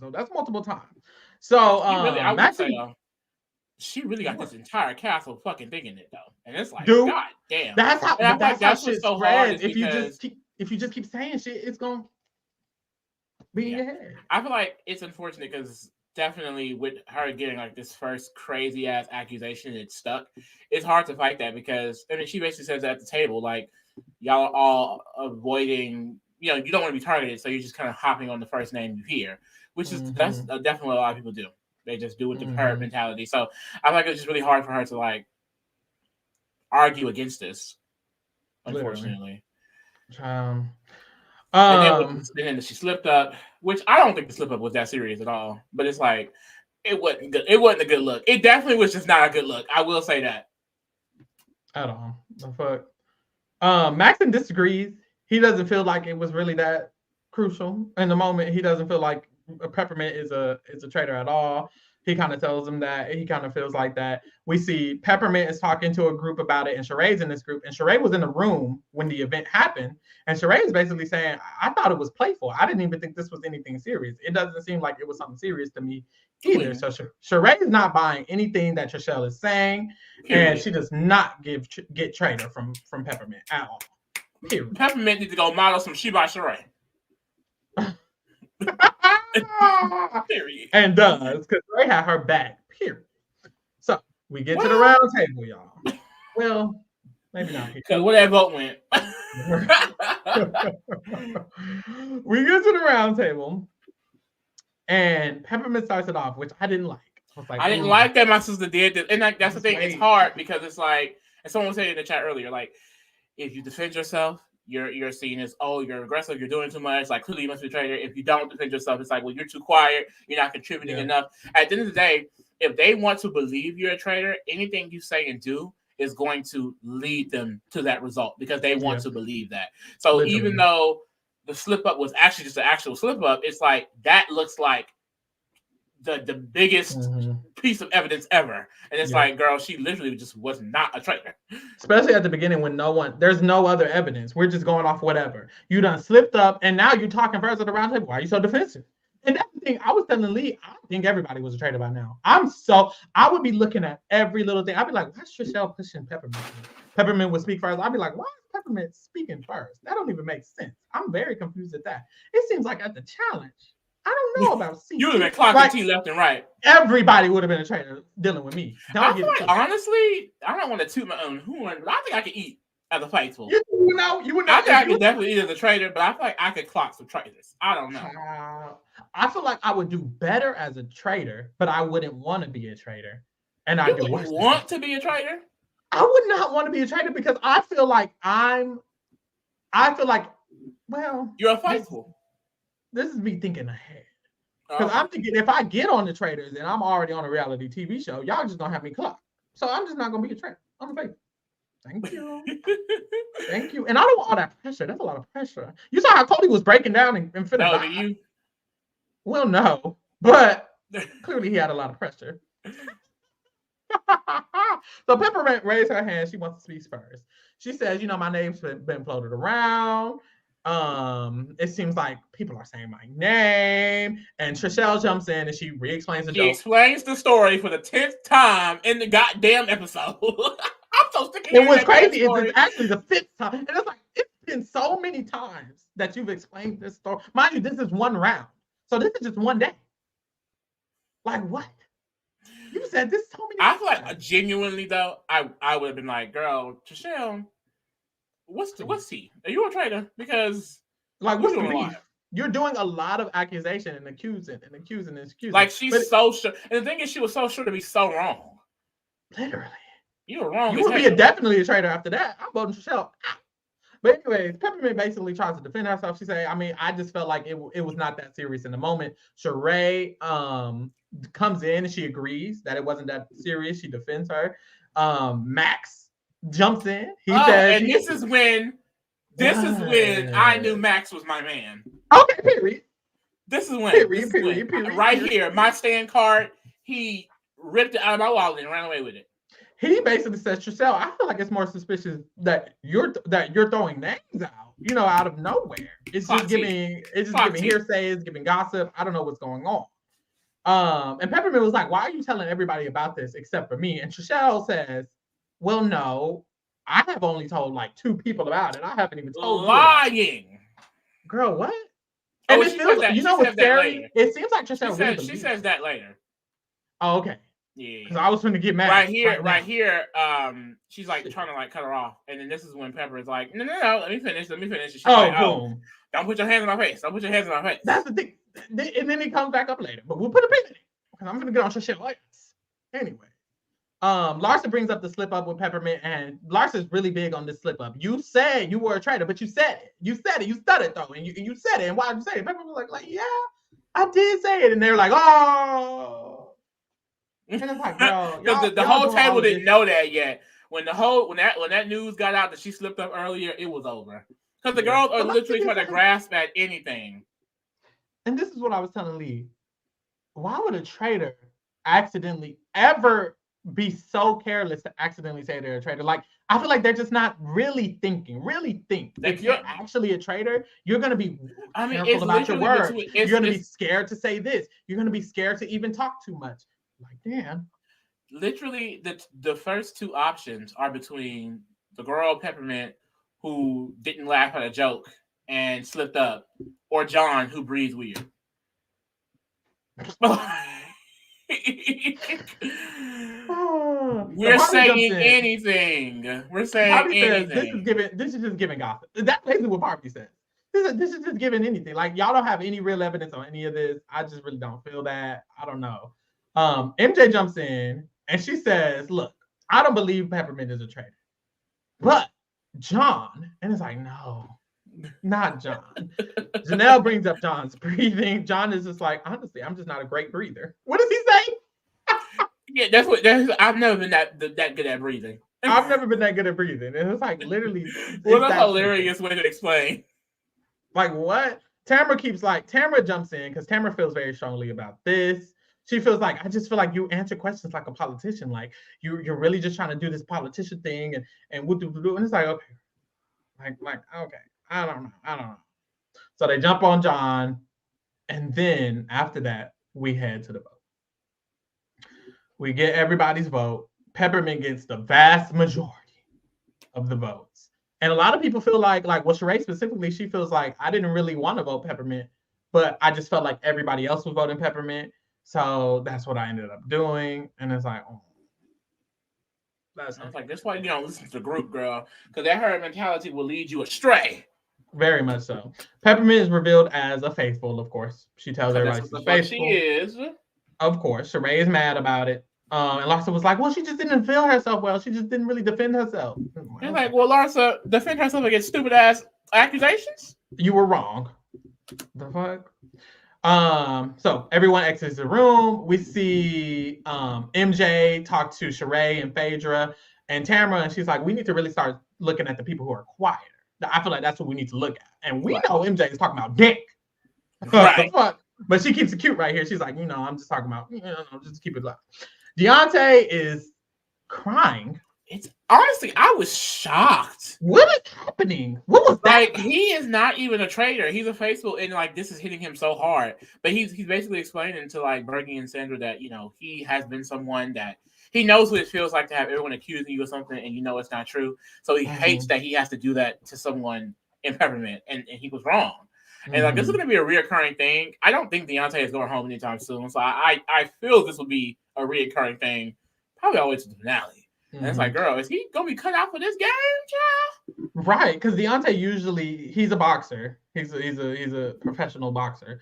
So this is not something he's used to. He's very used to just getting in the ring, doing his deed. And I felt that when he was him and CT, they gave the same energy when they were in that boat, and they both just immediately swam for the shield. They're all about the challenges. They're all about the competition. They're all about doing anything physical, anything that's going to give them that adrenaline rush. So I think when it comes to the strategy and the socialness and having to vote people out and accuse people and do this and this, it's like, I'm wondering what Deontay's going to do. But then I feel like, you know what sucks? I feel like Deontay could be a good faithful, like a really good, strong faithful, if he wasn't so like hurt about some of the things he does, because I feel like that's going to hold him back for a lot of time, to be honest. We see Trishelle talk to a group of people, and Max basically is like, I mean, you know you did that, right, Trishelle? That was all on you.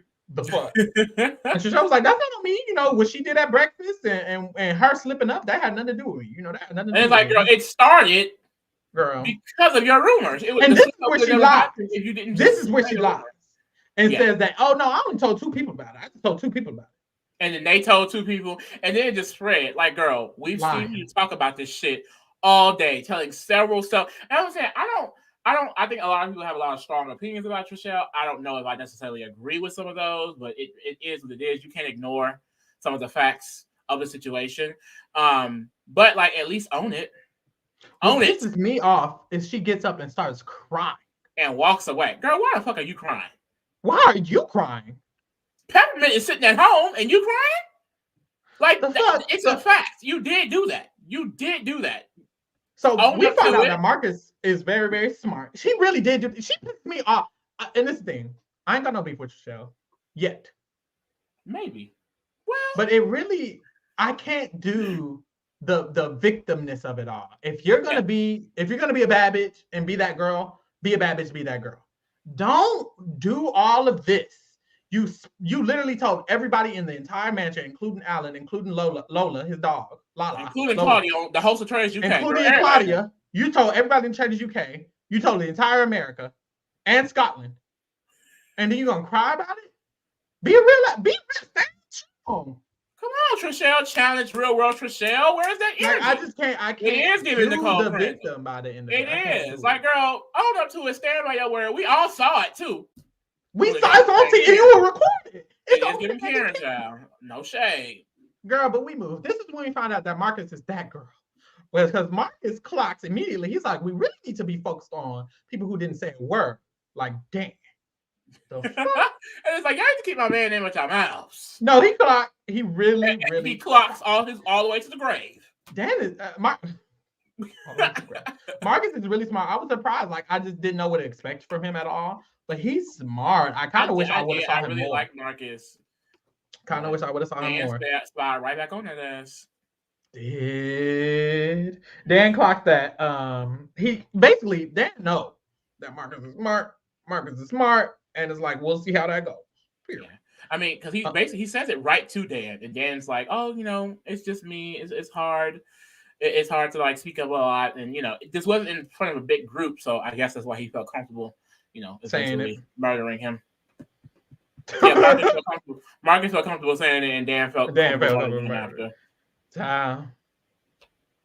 But we get to the Traitors meeting. Everybody leaves. We go to the Traitors meeting. We go to their little den. The Traitors den. Which is so cute because we were discussing this. In the Traitors UK, because they don't stay in this castle. Yeah, they go to a hotel. The Traitors UK, they're very open about they're leaving the castle for the night and going to their hotel quarters. The Traitors US, they have them walk upstairs and I assume to their room, send them home off camera because there are no rooms in the castle. But allegedly, they're going to their rooms. But so they go to the Traitors Den, and it's Phaedra and Dan already in there, and Parvati walks in, and they're revealing who are the other traitors. And when they reveal their masks, Parvati is gagged. Everybody happy. And this is a true mother convention right here. Dan, Parvati, Phaedra. This is the big three. They don't need a big speech. Don't. The fuck? Check the spreadsheet. They've all won their respective seasons. Phaedra? I said what I said. Bitch, I said what I said. So we slide into episode 3, and Parvati is happy as hell. And I was telling Lee, this is the most emotion I've seen for Parvati ever, because she's like, oh my God. Like she's gassed. She's genuinely gassed. I truly missed Parvati on our screens. Like, because when she was in Winners at War, we really just didn't get, I feel like, the meat and potatoes of Parvati like we needed to. I thought she was going to be an early boot because, of course, that's Mother. She ended up making it like I think halfway through the season. She didn't make it to Merge, unfortunately. Yeah. Right before fucking Merge, pisses me off. She got fucked by a tribe swap on the cool, but we just hadn't been able to see her. And I thought for the longest, like, well, she's not going to do the challenge. And is she going to do Survivor again? But seeing her and watching her here, it's like, I need to see her back on Survivor. I do. I really, really do. Because I think she could eat it up. She could. She always does. She's so smart. But she's impressed. She's impressed by their performance because she genuinely did not know they were the traitors. She's impressed by Phaedra. Period. Because she knew Phaedra was the fuck? Period. She just knew Phaedra was a faithful the whole time. So they have to figure out who they're gonna murder tonight. And they kind of talk about how they want to go after somebody who might be they always want to do something random. Every time they go in, they say they want to do something random. But we see this one, they kind of want to go for someone random, but someone who also has some power. Yeah. Because Parvati girl, she clocks into work and she goes to work. She was so ready to. She threw out a name first, which was surprising because I'm like, they didn't even know you was traitor, and you already. Usually the recruit comes in quiet. They trying to get to. She's like, I know what I'm doing, which is another reason why this version is, I feel like, better than some of the other international versions because they're getting actual players to be the traitor. So we're seeing players be able to game and just expand this role a lot more, and that's really fun to see. Mm-hmm. So they end up, Parvati throws out Deontay as a potential option. He seems like someone who's random. Dan throws out Marcus. Because he thinks he can catch on to them. Marcus is very smart. He's someone who could probably catch on to them, and they are probably correct. Phaedra throws out Janelle because she's a gamer. She's played these games before. She's smart too. But Dan feels like Janelle is someone who could probably get caught up later on, which is what I feel too. I feel like they should not kill Janelle. Janelle is someone who the girls are gonna. The thing is, like, I think the thing is, like, she'll get home more so for pissing bitches off. Yeah, like they just don't like. Janelle's the type of person that they vote her and then be like, "Well, we're so happy she's gone." She's either a bad faithful, or she's like that's what they're gonna give on. That's what they're gonna give Janelle. Either way, we win because she's a bad faithful. So those are their three options. Oh my god! And then we head to breakfast. I just thought randomly how hilarious would it be. Well, I guess not hilarious. But if Janelle did make it to the final, like top 3. I'm wondering how. I don't think I really feel scared for Janelle. I feel like Janelle's going to either get voted out. I don't think it would make sense to murder her, but I still think they can murder her too. Like, I just don't feel good about Janelle. Like, I'm scared for Janelle. Of the people like I know, I feel like maybe CT can make it to the end, and maybe Sandra, and then there's a lot of people I really don't know because everybody else who I know is a traitor. Love that for them. Period. Because I'm thinking, how can CT, like, well, they can murder CT. He's clearly like a faithful. I feel like there's always obvious faithfuls, and that's CT. And CT is definitely one of them. Yeah. But they already take out bananas, so they ain't trying to fuck them shit up. That's true. Look at Big D. Hey, Big D. Period. Shout out to Big D. The traitor on Traitors US Season 3. Period. Boom. We head to breakfast. We slide into breakfast. They all start coming in, and Larsa's there first, and she noticed one by one people are coming in, and she's like, "Ooh, I know Marcus is going to come in real soon, isn't he? Isn't Marcus coming in real soon?" And eventually we see Marcus does never come in. He never comes in because Marcus was murdered. And Larsa's Luke. She's like, "Oh, not my man, not my man, not my man, not my man." And she clocks T. She was like, clearly they murdered him because he was smart. Yeah, he's that girl. They knew who was a threat. And it's T. Alan comes in and he's going to drop Marcus's picture, but instead, this time, he gives it to Larsa. And it's like, that's so cute. I love that for him, to be honest. That was really cute. Oh, and when he hands it to her, he's so fun. He hands her a piece of Marcus, and Larsa is like, "Oh, may he rest in peace." And Alan was like, "Oh, you're really bringing the vibe down from that, isn't you? You're really bringing the vibe down." And it's like, why are you doing this? You usually announce the murders every damn time. What the fuck? But boom. Tonight, Alan lets them know is that the mission will be at nighttime tonight. It's going to be the nighttime mission. and then he lets them go away. When they head out into the castle, we see Trishelle. She talks to Bergie, and she's telling Bergie, she's talking to Bergie about Marcus being murdered. They're kind of gagged a little bit. And Bergie was like, I didn't really speak to him about it. I didn't really talk to him about it.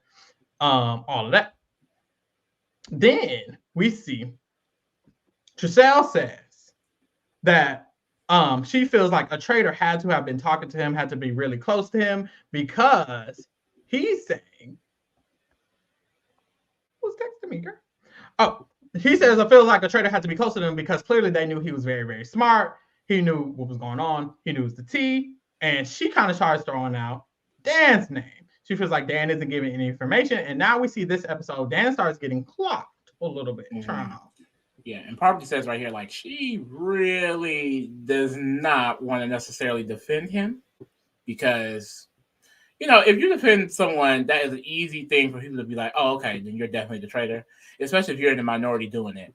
But she wants to keep him around because he's a smart player. Like, if you know any of Phaedra, Parvati previous seasons, she usually works with someone else who's also very strategic. Like she did with Russell and Hero vs. Villains. And then I know in Game Changers, was it Yule? She was really cool with during that season. So like she likes to work with players I feel like she can bounce off of. So it definitely makes sense.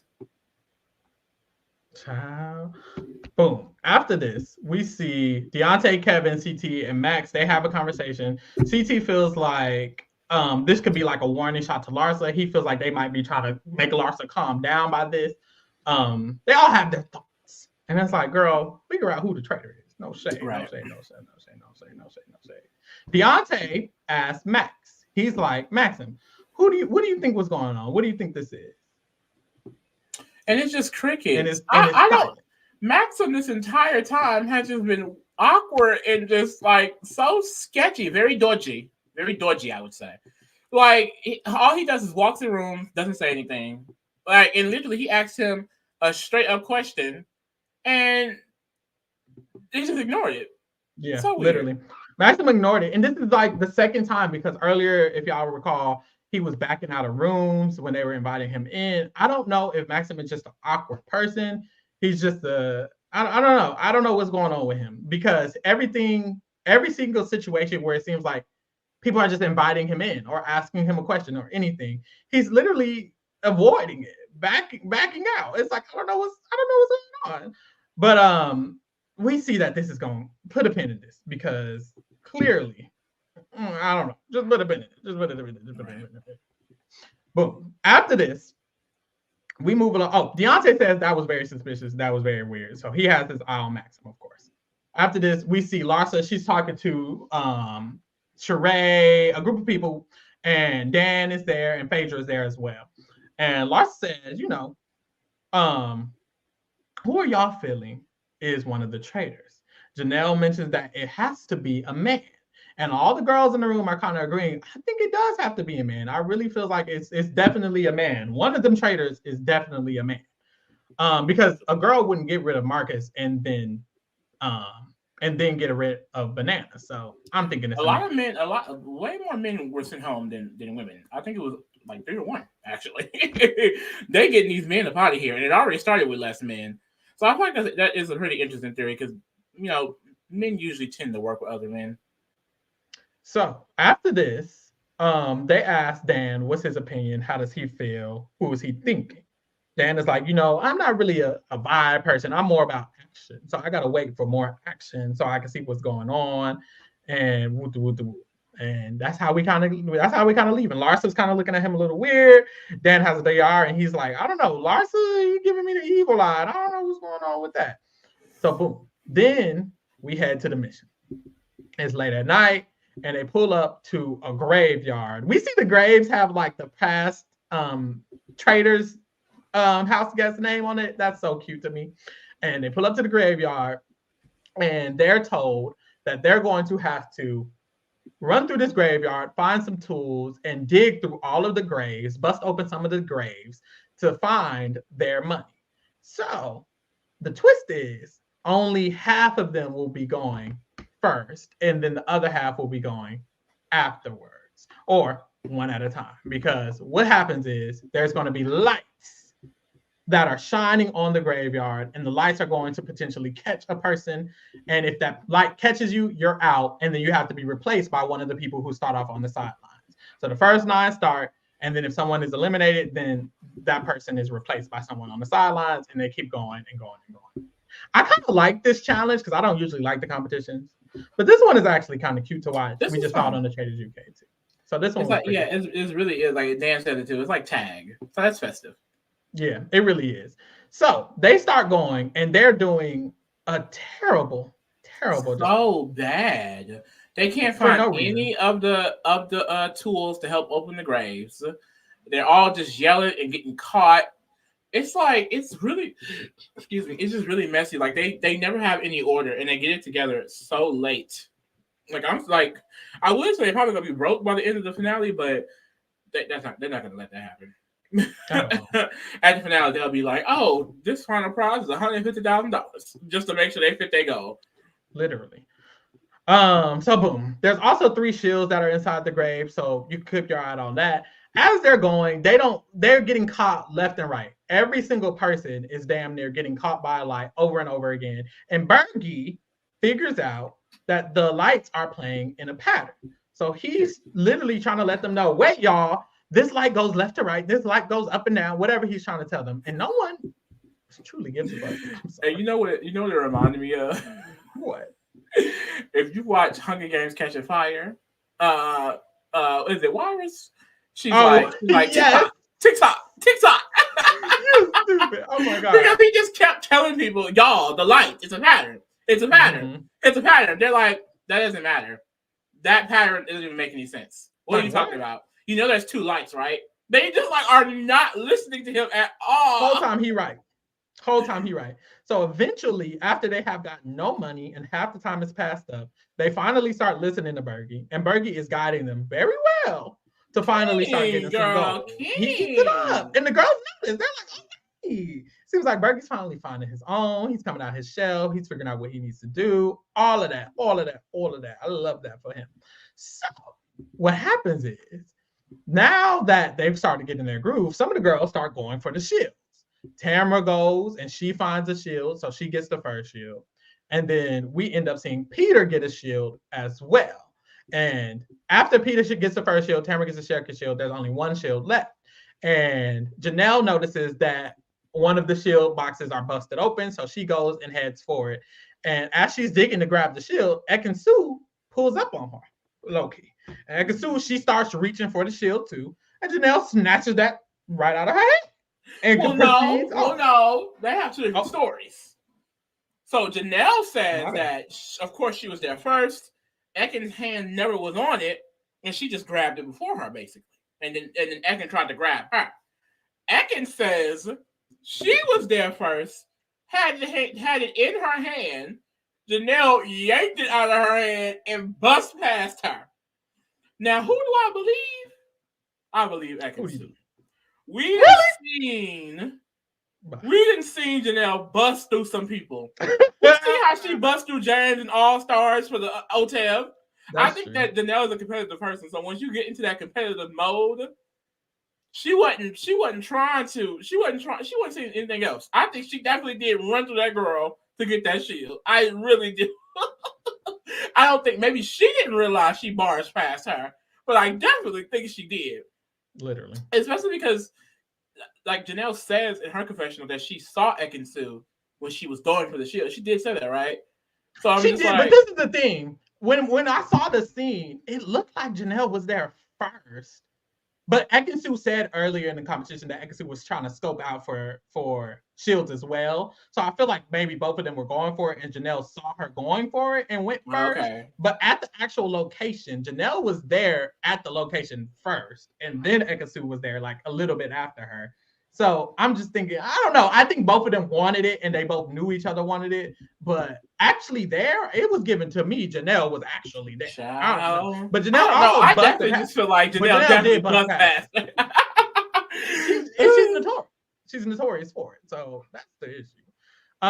So after this, we've revealed that Janelle got a shield, Peter got a shield, Tamara got a shield, and they also got $19,500. And on the way back to the castle, Ekansu's in one car, Janelle's in one car, and they're telling their respective stories, of course.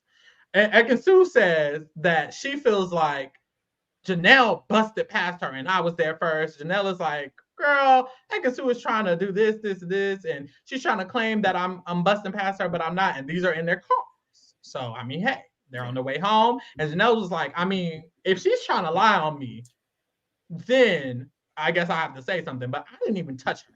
I didn't even touch her at all. And it's like, okay. You didn't. Now, that part I don't believe. Please. That's the main thing I don't believe. You definitely bust past that girl. Literally. You definitely touched her. She's talking about, I didn't even touch her, please. So they get back to the castle. And Max talks about how he really wants to be a part of some conversations now. He's excited for that. And Ekin is in a group of people, and she's asking them, who do they want to banish? And MJ mentions that she's thinking of Dan. And it's like, ooh, why do they have Dan clocked on episode 3? Usually when a traitor gets clocked, even if they don't go home, I just don't see how you can get out of it. Like if people are already saying your name, how can you make it to the end of this game without ever getting voted out? Like, I don't know. It's getting scary for Dan on my opinion. I don't know. But MJ, she says she feels like she's coming for Dan. Says in the diary room that he isn't safe and that I just want him to defend himself. I need to see him defend himself. So she's going to call it out. And I'm excited for her, period. Now Dan is over. And that's the thing. We talked about at the beginning of this podcast. Like, he definitely is trying to play the Big Brother strategy of, staying out of the mess. Because he's done that so far. Like, it's definitely giving what he did in Big Brother. But that is not going to be the strategy that helps you here, sister. Mm-hmm. So, literally, though. So, we see another scene of Max being interesting because there's another group conversation. They're all talking and Max walks past and they're like, oh, come join. And he literally backwardly walks out of the room without saying anything. And it's like, huh? What's going on, baby? I don't know if he's nervous, he's scared. This is just how he is. He thinks it's funny. I don't know what it is, but I'm genuinely afraid. Like, I don't get how he didn't see it as suspicious as hell. Is my thing. What? Like, do you not realize how you're coming across to other people? But like, he's not a traitor. So I'm wondering, is Maxim just like this? Like, I don't know. But he was being very suspicious. And Deontay was basically saying the same, like, that is very suspicious. And his behavior is just so weird. Like, it's just different. Your behavior's changed. Like, I don't know. But hey, we move. Later on, Peter talks to Kevin. And it's Peter and Kevin. They're alone in the room. And Peter's basically, Kevin and Peter agree they're not traitors. Neither of them are traitors. So they come up with this idea that they're going to pretend to come after each other in the meeting. And they're going to write each other's names down. So that way, the traitors won't think they need to take either of them out because they're going after each other anyway. I think that's pretty I just cute. Think it's unnecessary, mainly. Especially because I think this helps Kevin's name get out there a little bit more at the round table, which we'll get into. And it's like there's no, because at the end of the day, you're trying to play the traitors, but you're ignoring the several other faithful in the game that are voting one of you out. So if you say something about Kevin or vice versa, and someone else is like, he's actually right, that could become a huge issue. You know what I mean? So, and I won't be surprised if this becomes an issue for one of them in the future. I just think it's people try too hard. I do. I think people try way too hard, girl. I would just mind my business. I said if I was a faithful, what I would definitely do is try to figure out who the traitors are, and whatever like fake name I see them throwing out, or whatever position they're taking, I'm gonna lie and pretend like that's my position. I want whoever the traitor is to think I'm stupidly loyal, so they bring me to the end and I gag their ass. Literally. But all the other dramatics and extra as a faithful, or definitely as a traitor, just does not make any sense. Keep it very cute. I just feel like why do anything to draw attention? It never makes sense. Whether you're, no matter what, and even like negative attention, like with Dan, like Parvati, she lets Dan know people are noticing you're too quiet. They're clocking you. And Dan is like, I guess he continues to do it. I don't know. But anyways, I feel like if you're being too quiet or if you're being too loud, you're gonna get clocked. It's like literally, you got to be in the middle. And I don't know why What it's so Phaedra say at the hard. beginning? Not too much. Exactly, literally, Phaedra clocked. Literally, it so has to be just right, bitch. You need to be Goldilocks and 3 bears in that bitch, just right. clock it. We head to the round table. Finally, we head to the round table. And at the round table, we get it kicked off. Alan's like, who wants to speak? And Bergie speaks first. He says, look, I've heard a lot about Dan. So, I mean, if you want to go ahead and speak, go ahead and speak. Lee, how do you feel like Dan did at this moment with his response to this? I don't know. I mean, I am a Dan stan, no shade. Am I a little biased? Yes.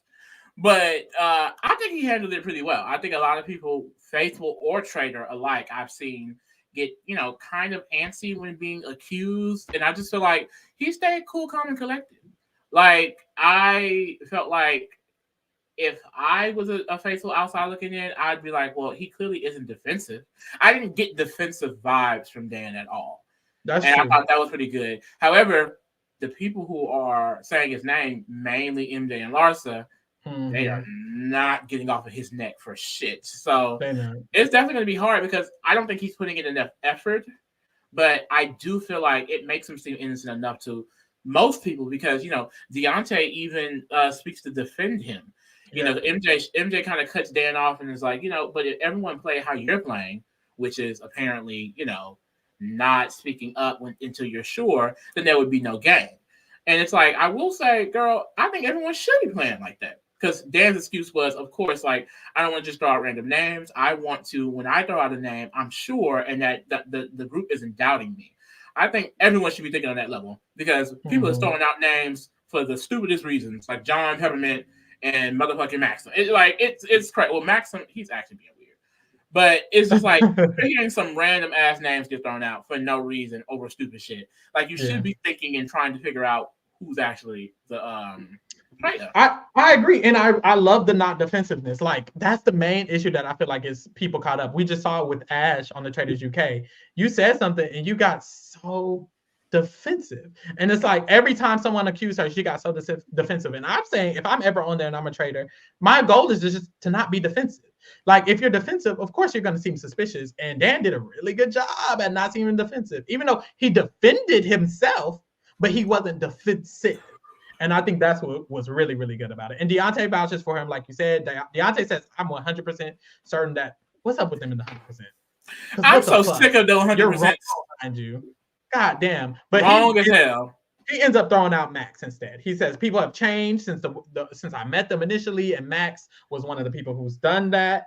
He's like, he really goes in. He's like, you got the look of a traitor, the smile of a traitor, like he starts listing shit. He really did sound convincing. Which is why I thought he would be a great faithful, but we see what happens after this. But it's like at the moment he's doing really good. He really guides this. He's the one who really pushes this Max narrative, and I feel like it sticks.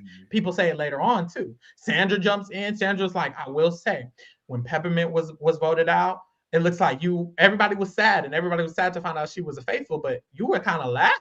So what's that? And Max tries to explain himself, and he's like, first of all, he says he's uncomfortable defending himself.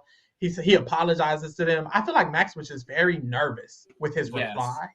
And then he started throwing out other names. And it's like, you seem defensive. Why do you seem so and you're innocent? And it's like you seem defensive and you're deflecting. And I don't think he was ready to be accused. I don't think he thought anyone was suspecting him. And it's like he clearly isn't aware of the house dynamics because he doesn't talk to anybody. He just walks in the room and walks out. Crazy. Child. So he throws out the Ekin-Su and Janelle situation because he's trying to basically deflect, literally. And he's like, well, what's the tea between Ekin-Su and Janelle? And they get into it because Ekin explains her side of the story, which is that she grabbed the shield and Janelle banged into her and then ran off with it. And Janelle says, that's not what happened. That's false. That's false. That's not what happened at all. That's false. Janelle said her hand was already on it, and Ekin-Su came up behind her and got it. And Eccleston was like, you know what? It's fine. You're selfish, and I understand that. But Max, there's no need to try to pin it on us and make us the subject of it and try to divert the attention. And it's like, ooh, she kind of ate that up because Max isn't a traitor, but he definitely tried to divert the attention. And then he tries to gag her because he's like, well, there's no need, you to overtalk yourself and not let other people finish. And she's like, well, I guess blinking and breathing is suspect too. I guess we just saying anything now, huh? Mm-hmm. And that was hilarious. CT and Deontay chime in again. They say, like, girl, it's really giving nervous energy. You're definitely giving deflecting.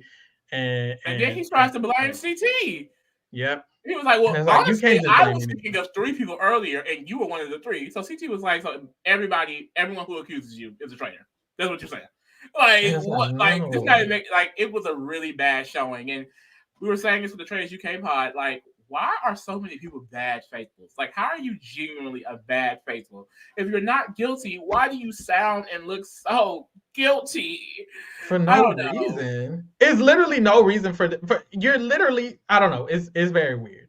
But Larsa gets them back on track because Larsa says, hold on now, Holiday. Y'all are going, I feel like we're going down the wrong path because really the issue we need to be focused on is Dan. Because his energy is so calm, his energy is so bad. Larsa and MJ have him clocked down. And like I said, Phaedra clearly ain't doing shit to change that with the Bravo girls. At all. So she has him clocked. She brings it back to him. She tries to really settle it down on that. Jan basically says, I mean, I could do a better job at talking and, but it's just not me. It's not my personality. And he does that once again, he's not defensive. And that's what's really setting it off. He's defensive. Very calm too. It's like, well, very calm. He doesn't seem hit. What happens is a hit dog will holler. Mm-hmm. And Dan does not holler like a hit dog does. And I feel like that's what really, really clears him. Period. So now it's time to vote. We get to the vote. Parvati mentions that she's not ready to turn on Dan just yet. So she's gonna try to plant her seeds towards someone like Kevin instead to keep it cute.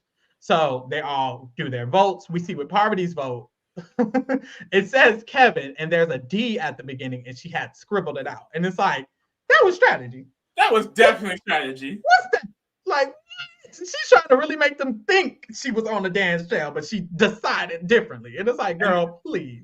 Everyone was all over the place, especially the 3 traitors. Like, Phaedra votes Ekin, Parvati votes Kevin, and Dan votes Max. Like, the votes were all over the place, but Max gets the majority, child. Yeah, in the end, Max ends up getting the majority. Max ends up getting voted out, and he reveals that he is a faithful, in fact. And it's like, these faithfuls are doing bad, bitch. Okay. This is 3 rounds, and they haven't hit a traitor yet. And it's like, y'all got to start doing. They're not even good ass traitors too, because they're getting on the Dan. They're getting on the Dan. I will say. They are getting on the Dan. I think Dan will get clocked. But even still, like, once they clock Dan, are you clocking Parvati and Phaedra? That's true. I don't think so. Like, even if you get one, will you get them all? I don't think so. But anyways, they get to talk, and of course they're sad because they didn't get it. And MJ mentions that, Deontay and Sandra, they were very influential. And, that's a great trait. Or she says this, that's a great trait. But you have to be careful of, accusing people. And the way MJ says things is very particular. I feel like she knows, she doesn't want to say anything too directly, accuse anybody too directly, but she still wants to get it off her chest. She's going to put it on the floor. She's going to put it but in a very calm manner. Like, it could be a business email. Period. Janelle tells Sandra and Bergie that Deontay was the one who was doing all the convincing. He done changed her mind. He really led that whole thing. And then we pan to Deontay, and he is distraught, can't breathe, tears streaming down the side of his face. I'm thinking, what happened? Yeah, this one really hit him because I think he was actually like friends with Maxim. I like this is gonna happen every single time because they get it wrong a lot. So every time he gets it wrong, he probably just gonna be very, very emotional. He's gonna be distraught down. It's weird because I like Deontay though. I really do. Like I like what he's brought when it comes to like he was the one who got it to be Maxim in the first place. Very unexpected player, I will say. I didn't expect him to like serve this much, and I'm excited. Exactly. So and then you got Phaedra, the social icon, starts comforting him. I had to clock that real quick. After this, we get some tea because tonight they're gonna have to murder in plain sight. I love this. I really do love this twist. It makes it like a little bit harder, bitch. You like it makes the traitors have to work for their shit. You're not finna just say a name. Get up and work. People don't want to work these days. Okay, Kim Kardashian. So they have to murder in plain sight. So the traitors are given instructions that they're gonna have to go to the library, find the book with that the chalice is hinted in, and use the chalice in order to murder because the first faithful whose lips touch that chalice will be murdered. Very interesting, very cute, and I'm excited to see them. I always get excited to see them like in action because we see Dan and Parvati. They have to quickly meet in front of people, and now that I've seen like Dan and Parvati meet on this season and then on the Traitors UK, seeing how they had to sneak away to talk outside. I love seeing them have to kind of whisper and sneak and hide and do this because they don't really have to do that on the Traitors. You kind of just pretend to be a faithful, but now they have to talk, and I love that. Maybe this should be a twist. What? Maybe the Traitors always have to murder in plain sight. Oh, because then make it a little bit harder. The faithfuls can get a clue because I remember you mentioning maybe a faithful should get a clue about it because they really have no way, and it's like this is a way to have the faithfuls be able to. If the faithfuls are aware that every murder is in plain sight, then it's like everyone's going to be on the lookout at all times, and then it just also too what we see in this situation, the person that she initially wanted to go for, she had to change it up because of the area she was in. So that can make it a little bit more interesting too. Take away some of the traitors' powers. I have so many ideas, girl. Get me in the boardroom. Period. Get Lee on the writers' room. # sign Lee. Period. So then we see Parvati and Dan are able to sneak off and they have a conversation. And Parvati throws out John as a potential option. And then she mentions MJ as well. But they're wondering, is MJ too obvious? Because she threw out Dan's name. I don't really know. Dan isn't really sure. So Dan just says, maybe Sheree. Here he goes trying to play with his problem. Here he goes trying to play with Phaedra again. And Parvati, excuse me, it's like, Phaedra wouldn't let that happen. And then it's like, I mean, she won't have to. We can just make up an excuse. Like, she was too quiet. We didn't know where she'd go. And it's like, no, Dan really think that Phaedra is a dumbass. He thinks that this is Danielle Murphy for real. He thinks that he could tell her to sit down and she's going to sit. He thinks that he can take out her closest ally and she'll still be loyal to him. Baby, these ain't one of those dummies that you was using on Big Brother. This is Phaedra Parks. Okay? Literally. And if Sheree had been taken out, I know for a fact Phaedra would not have fucked with that because that would have been the ultimate sign of betrayal. Clearly, you don't have my best interest at hand. I don't get why he would even consider trying to murder the best friend of one of his fellow traitors. It just doesn't make any sense. She's not even in the room. It's like this is an example of like him like overthinking the situation or slightly overplaying, even slightly partying in this because they're both whispering off to the side. That's going to get them caught up more than a Phaedra who's minding her business, not deflecting conversations, socializing. She does. She's like, this has my nerves wrecked. So I'm going to just leave this up to Dan and Parvati. I don't hang around my colleagues. I'll let them handle it. And I love that because I feel like that's the perfect way to win. Because imagine if and I was telling Lee this, I was like, honestly, if I'm a traitor, I might just literally randomize who I'm murdering. Because if we don't have any intention behind it, then there's no way for you to figure it out. How they're figuring out, oh, there's boys that are getting murdered and whoop with the whoop, all of that. Now, y'all, we got a guest in the house. Let's bring him up. Big D. Hi. Hello, my love. Where is you at? In the car, Lord. I came up to New York for a night just to go out. I needed a change of scenery. Okay.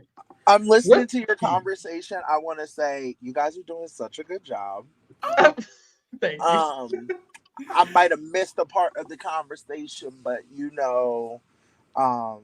I'm very disappointed in how these faithful are playing. You will be doing better. Absolutely. Let me tell you something. To be honest, I'm taking a shot at a heavy hitter. I don't give a fuck. Like, as soon as Johnny went home, I would have been like, we need to go after Dan or CT. Period. We have to. Like, just based on their status, I would have been like, we got to go after Dan, CT, and of course, I would have hate to say it, or Sandra, or Poverty. I would have But said see, one would of you those. have been in there? Would you have been in there saying that out loud though? Would you have been like telling the girls? Because that could be in trouble. Can I be honest? I would have said at the table, which I don't understand these conversations. Like, what the fuck? Like, I would have said at the table and said, look, I'm gonna be honest, this is Traitors 2. We have some heavy hitters here. We need to target one of these heavy hitters. Now, who's been on TV the longest as of competition shows? These 4 motherfuckers right here. So let's pick one of them and see what happens. Straight up. Now, of course, if I'm a fucking traitor, I'm gonna play you in your fucking face. But other than that, like, I'm just confused. Like, it kind of blows my mind that they have not done. Like, well, MJ did. MJ was clocking him. That's what I'm saying. I was really confused, and the reason why I just had to hop on here and jump is because let me tell you something.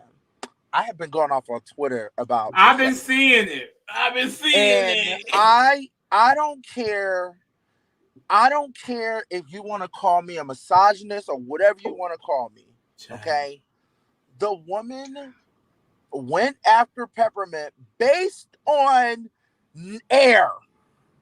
Well, she made a scenario out of nothing. I understand Peppermint put her foot in her mouth by saying I'm a traitor. You know, she's nervous. She's around all these people. She's talking about how she's a big fan, all this type of stuff.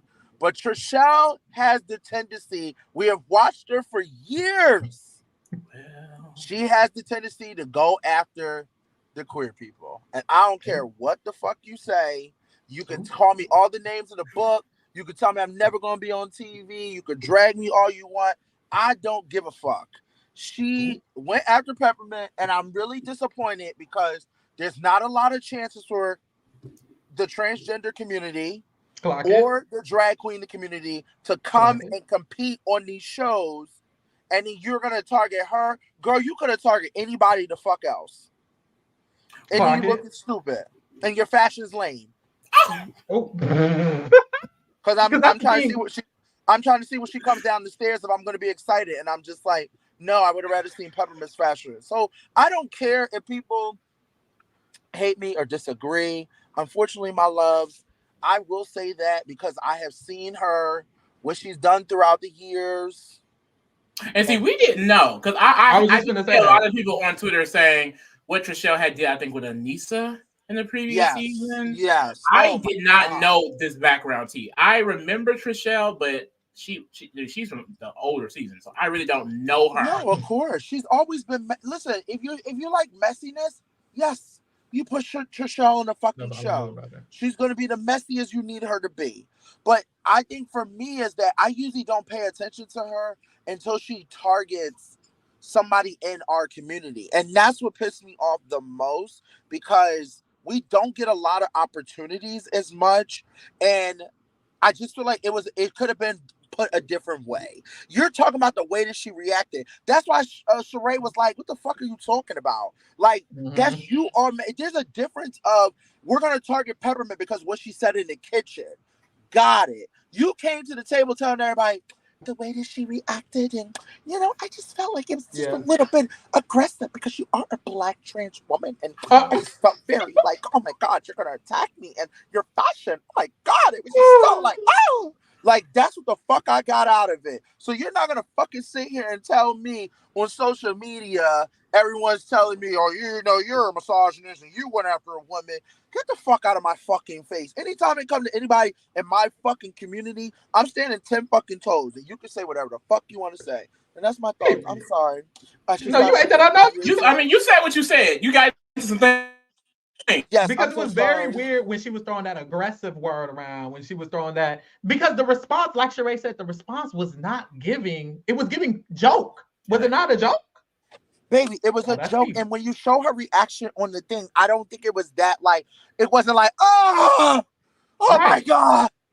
Like she was just kind of like, no, I'm not what? No, like, which anybody would say that because you're calling me out in front of a group of people, calling me I'm a traitor, and it was a joke and it moved on, but you took it and ran with it. And that's what bothers me about that fucking Trishelle. Like, she loves to play victim. But here's the crazy part. People are dragging me for saying that she's a bitch, but now she's online doing what? I had to send Peppermint an apology because she knows she's fucking wrong. So once again, get off of Big D's dick and stop trying to come for me when I'm speaking the fucking facts, because I'm speaking up for my fucking community. And I'm speaking up for someone who's a black woman, because if I didn't, then you guys would drag me for that.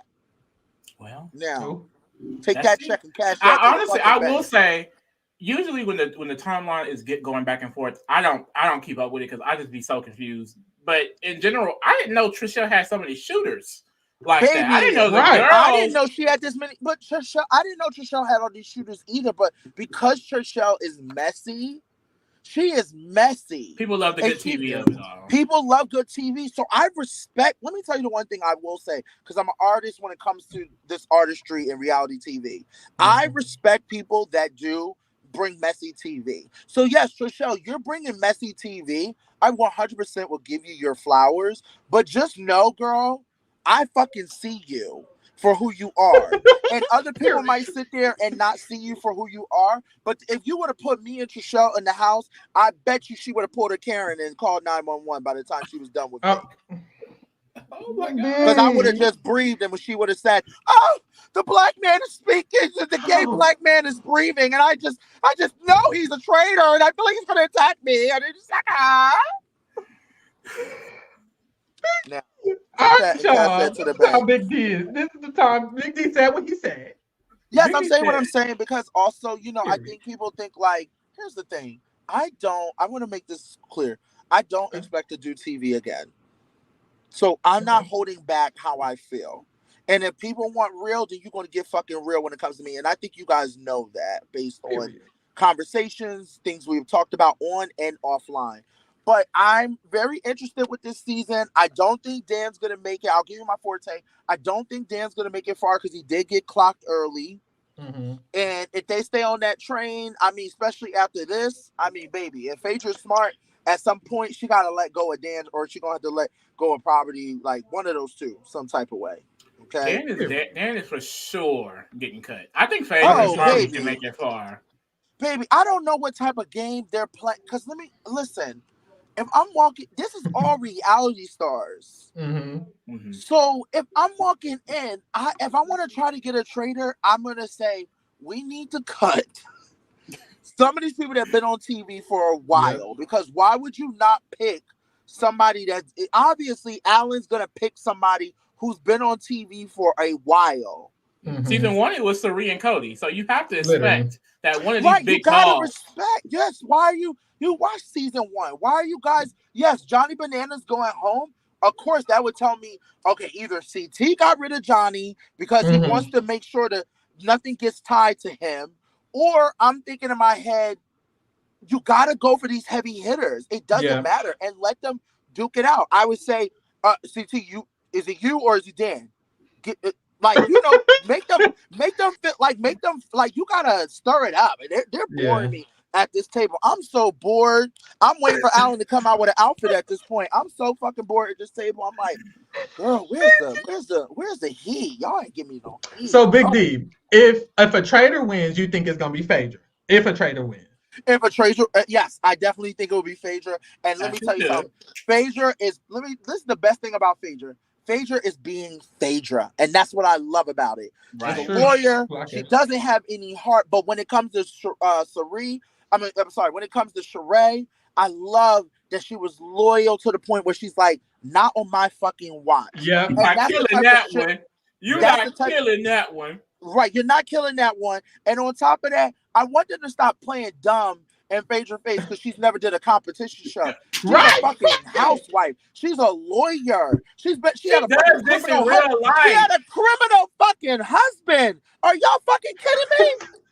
They don't know. That's what I'm saying. They can't know who Phaedra is because ain't no way you're confused. Baby, the way that they're fucking acting, I'm over here like, y'all gotta be joking, right? Like, she is playing.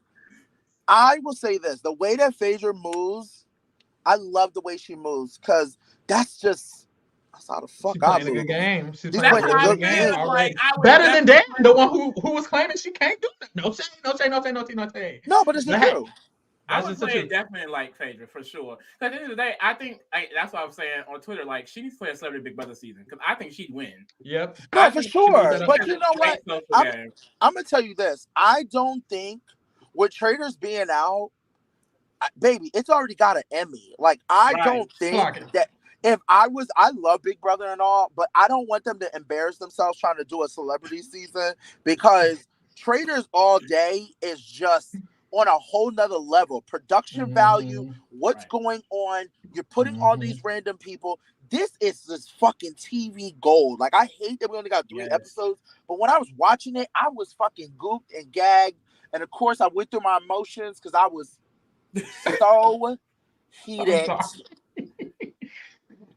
So heated that I wanted to jump through the fucking TV. I saw the tweets, Big D. You was done. You was done. I was done because I just love to see the crossover in our family of people. And when I saw that, I was like, oh my God, she's going to bring good commentary to the screen. I didn't get enough fucking time. I did not get enough time. And it just frustrates me because I'm just like, Trishelle, this is not your first time, girl. You love it. You love it. Maybe you love it. You love messing with the queers. You love it. It's like your thing. You want to be gay. You want to be gay, girl. You want to be gay. You want to be the gay girl. You want to be gay. I get it. So I didn't, like I said, but the challenge people, they're coming after me, which is fine. I'm taking the heat. Blocking the left. You got it. Listen, you think I'm fucking ever gonna be scared of some trolls online? They can say whatever the fuck they want to say. I definitely don't feel bad sticking up for a black trans woman. I definitely don't feel bad at all. Period. It don't matter. You can drag me all the fuck you want. I will still say Trishelle's a fucking bitch, and I fucking said that shit. All right, y'all. So that's how Big D feels. He's definitely rooting for Phaedra. But okay, look, we gotta finish up the recap, Big D. Bye, love. Have a good recap. You got a last word? Thank you, Big D. Bye. Thank you, guys. Bye.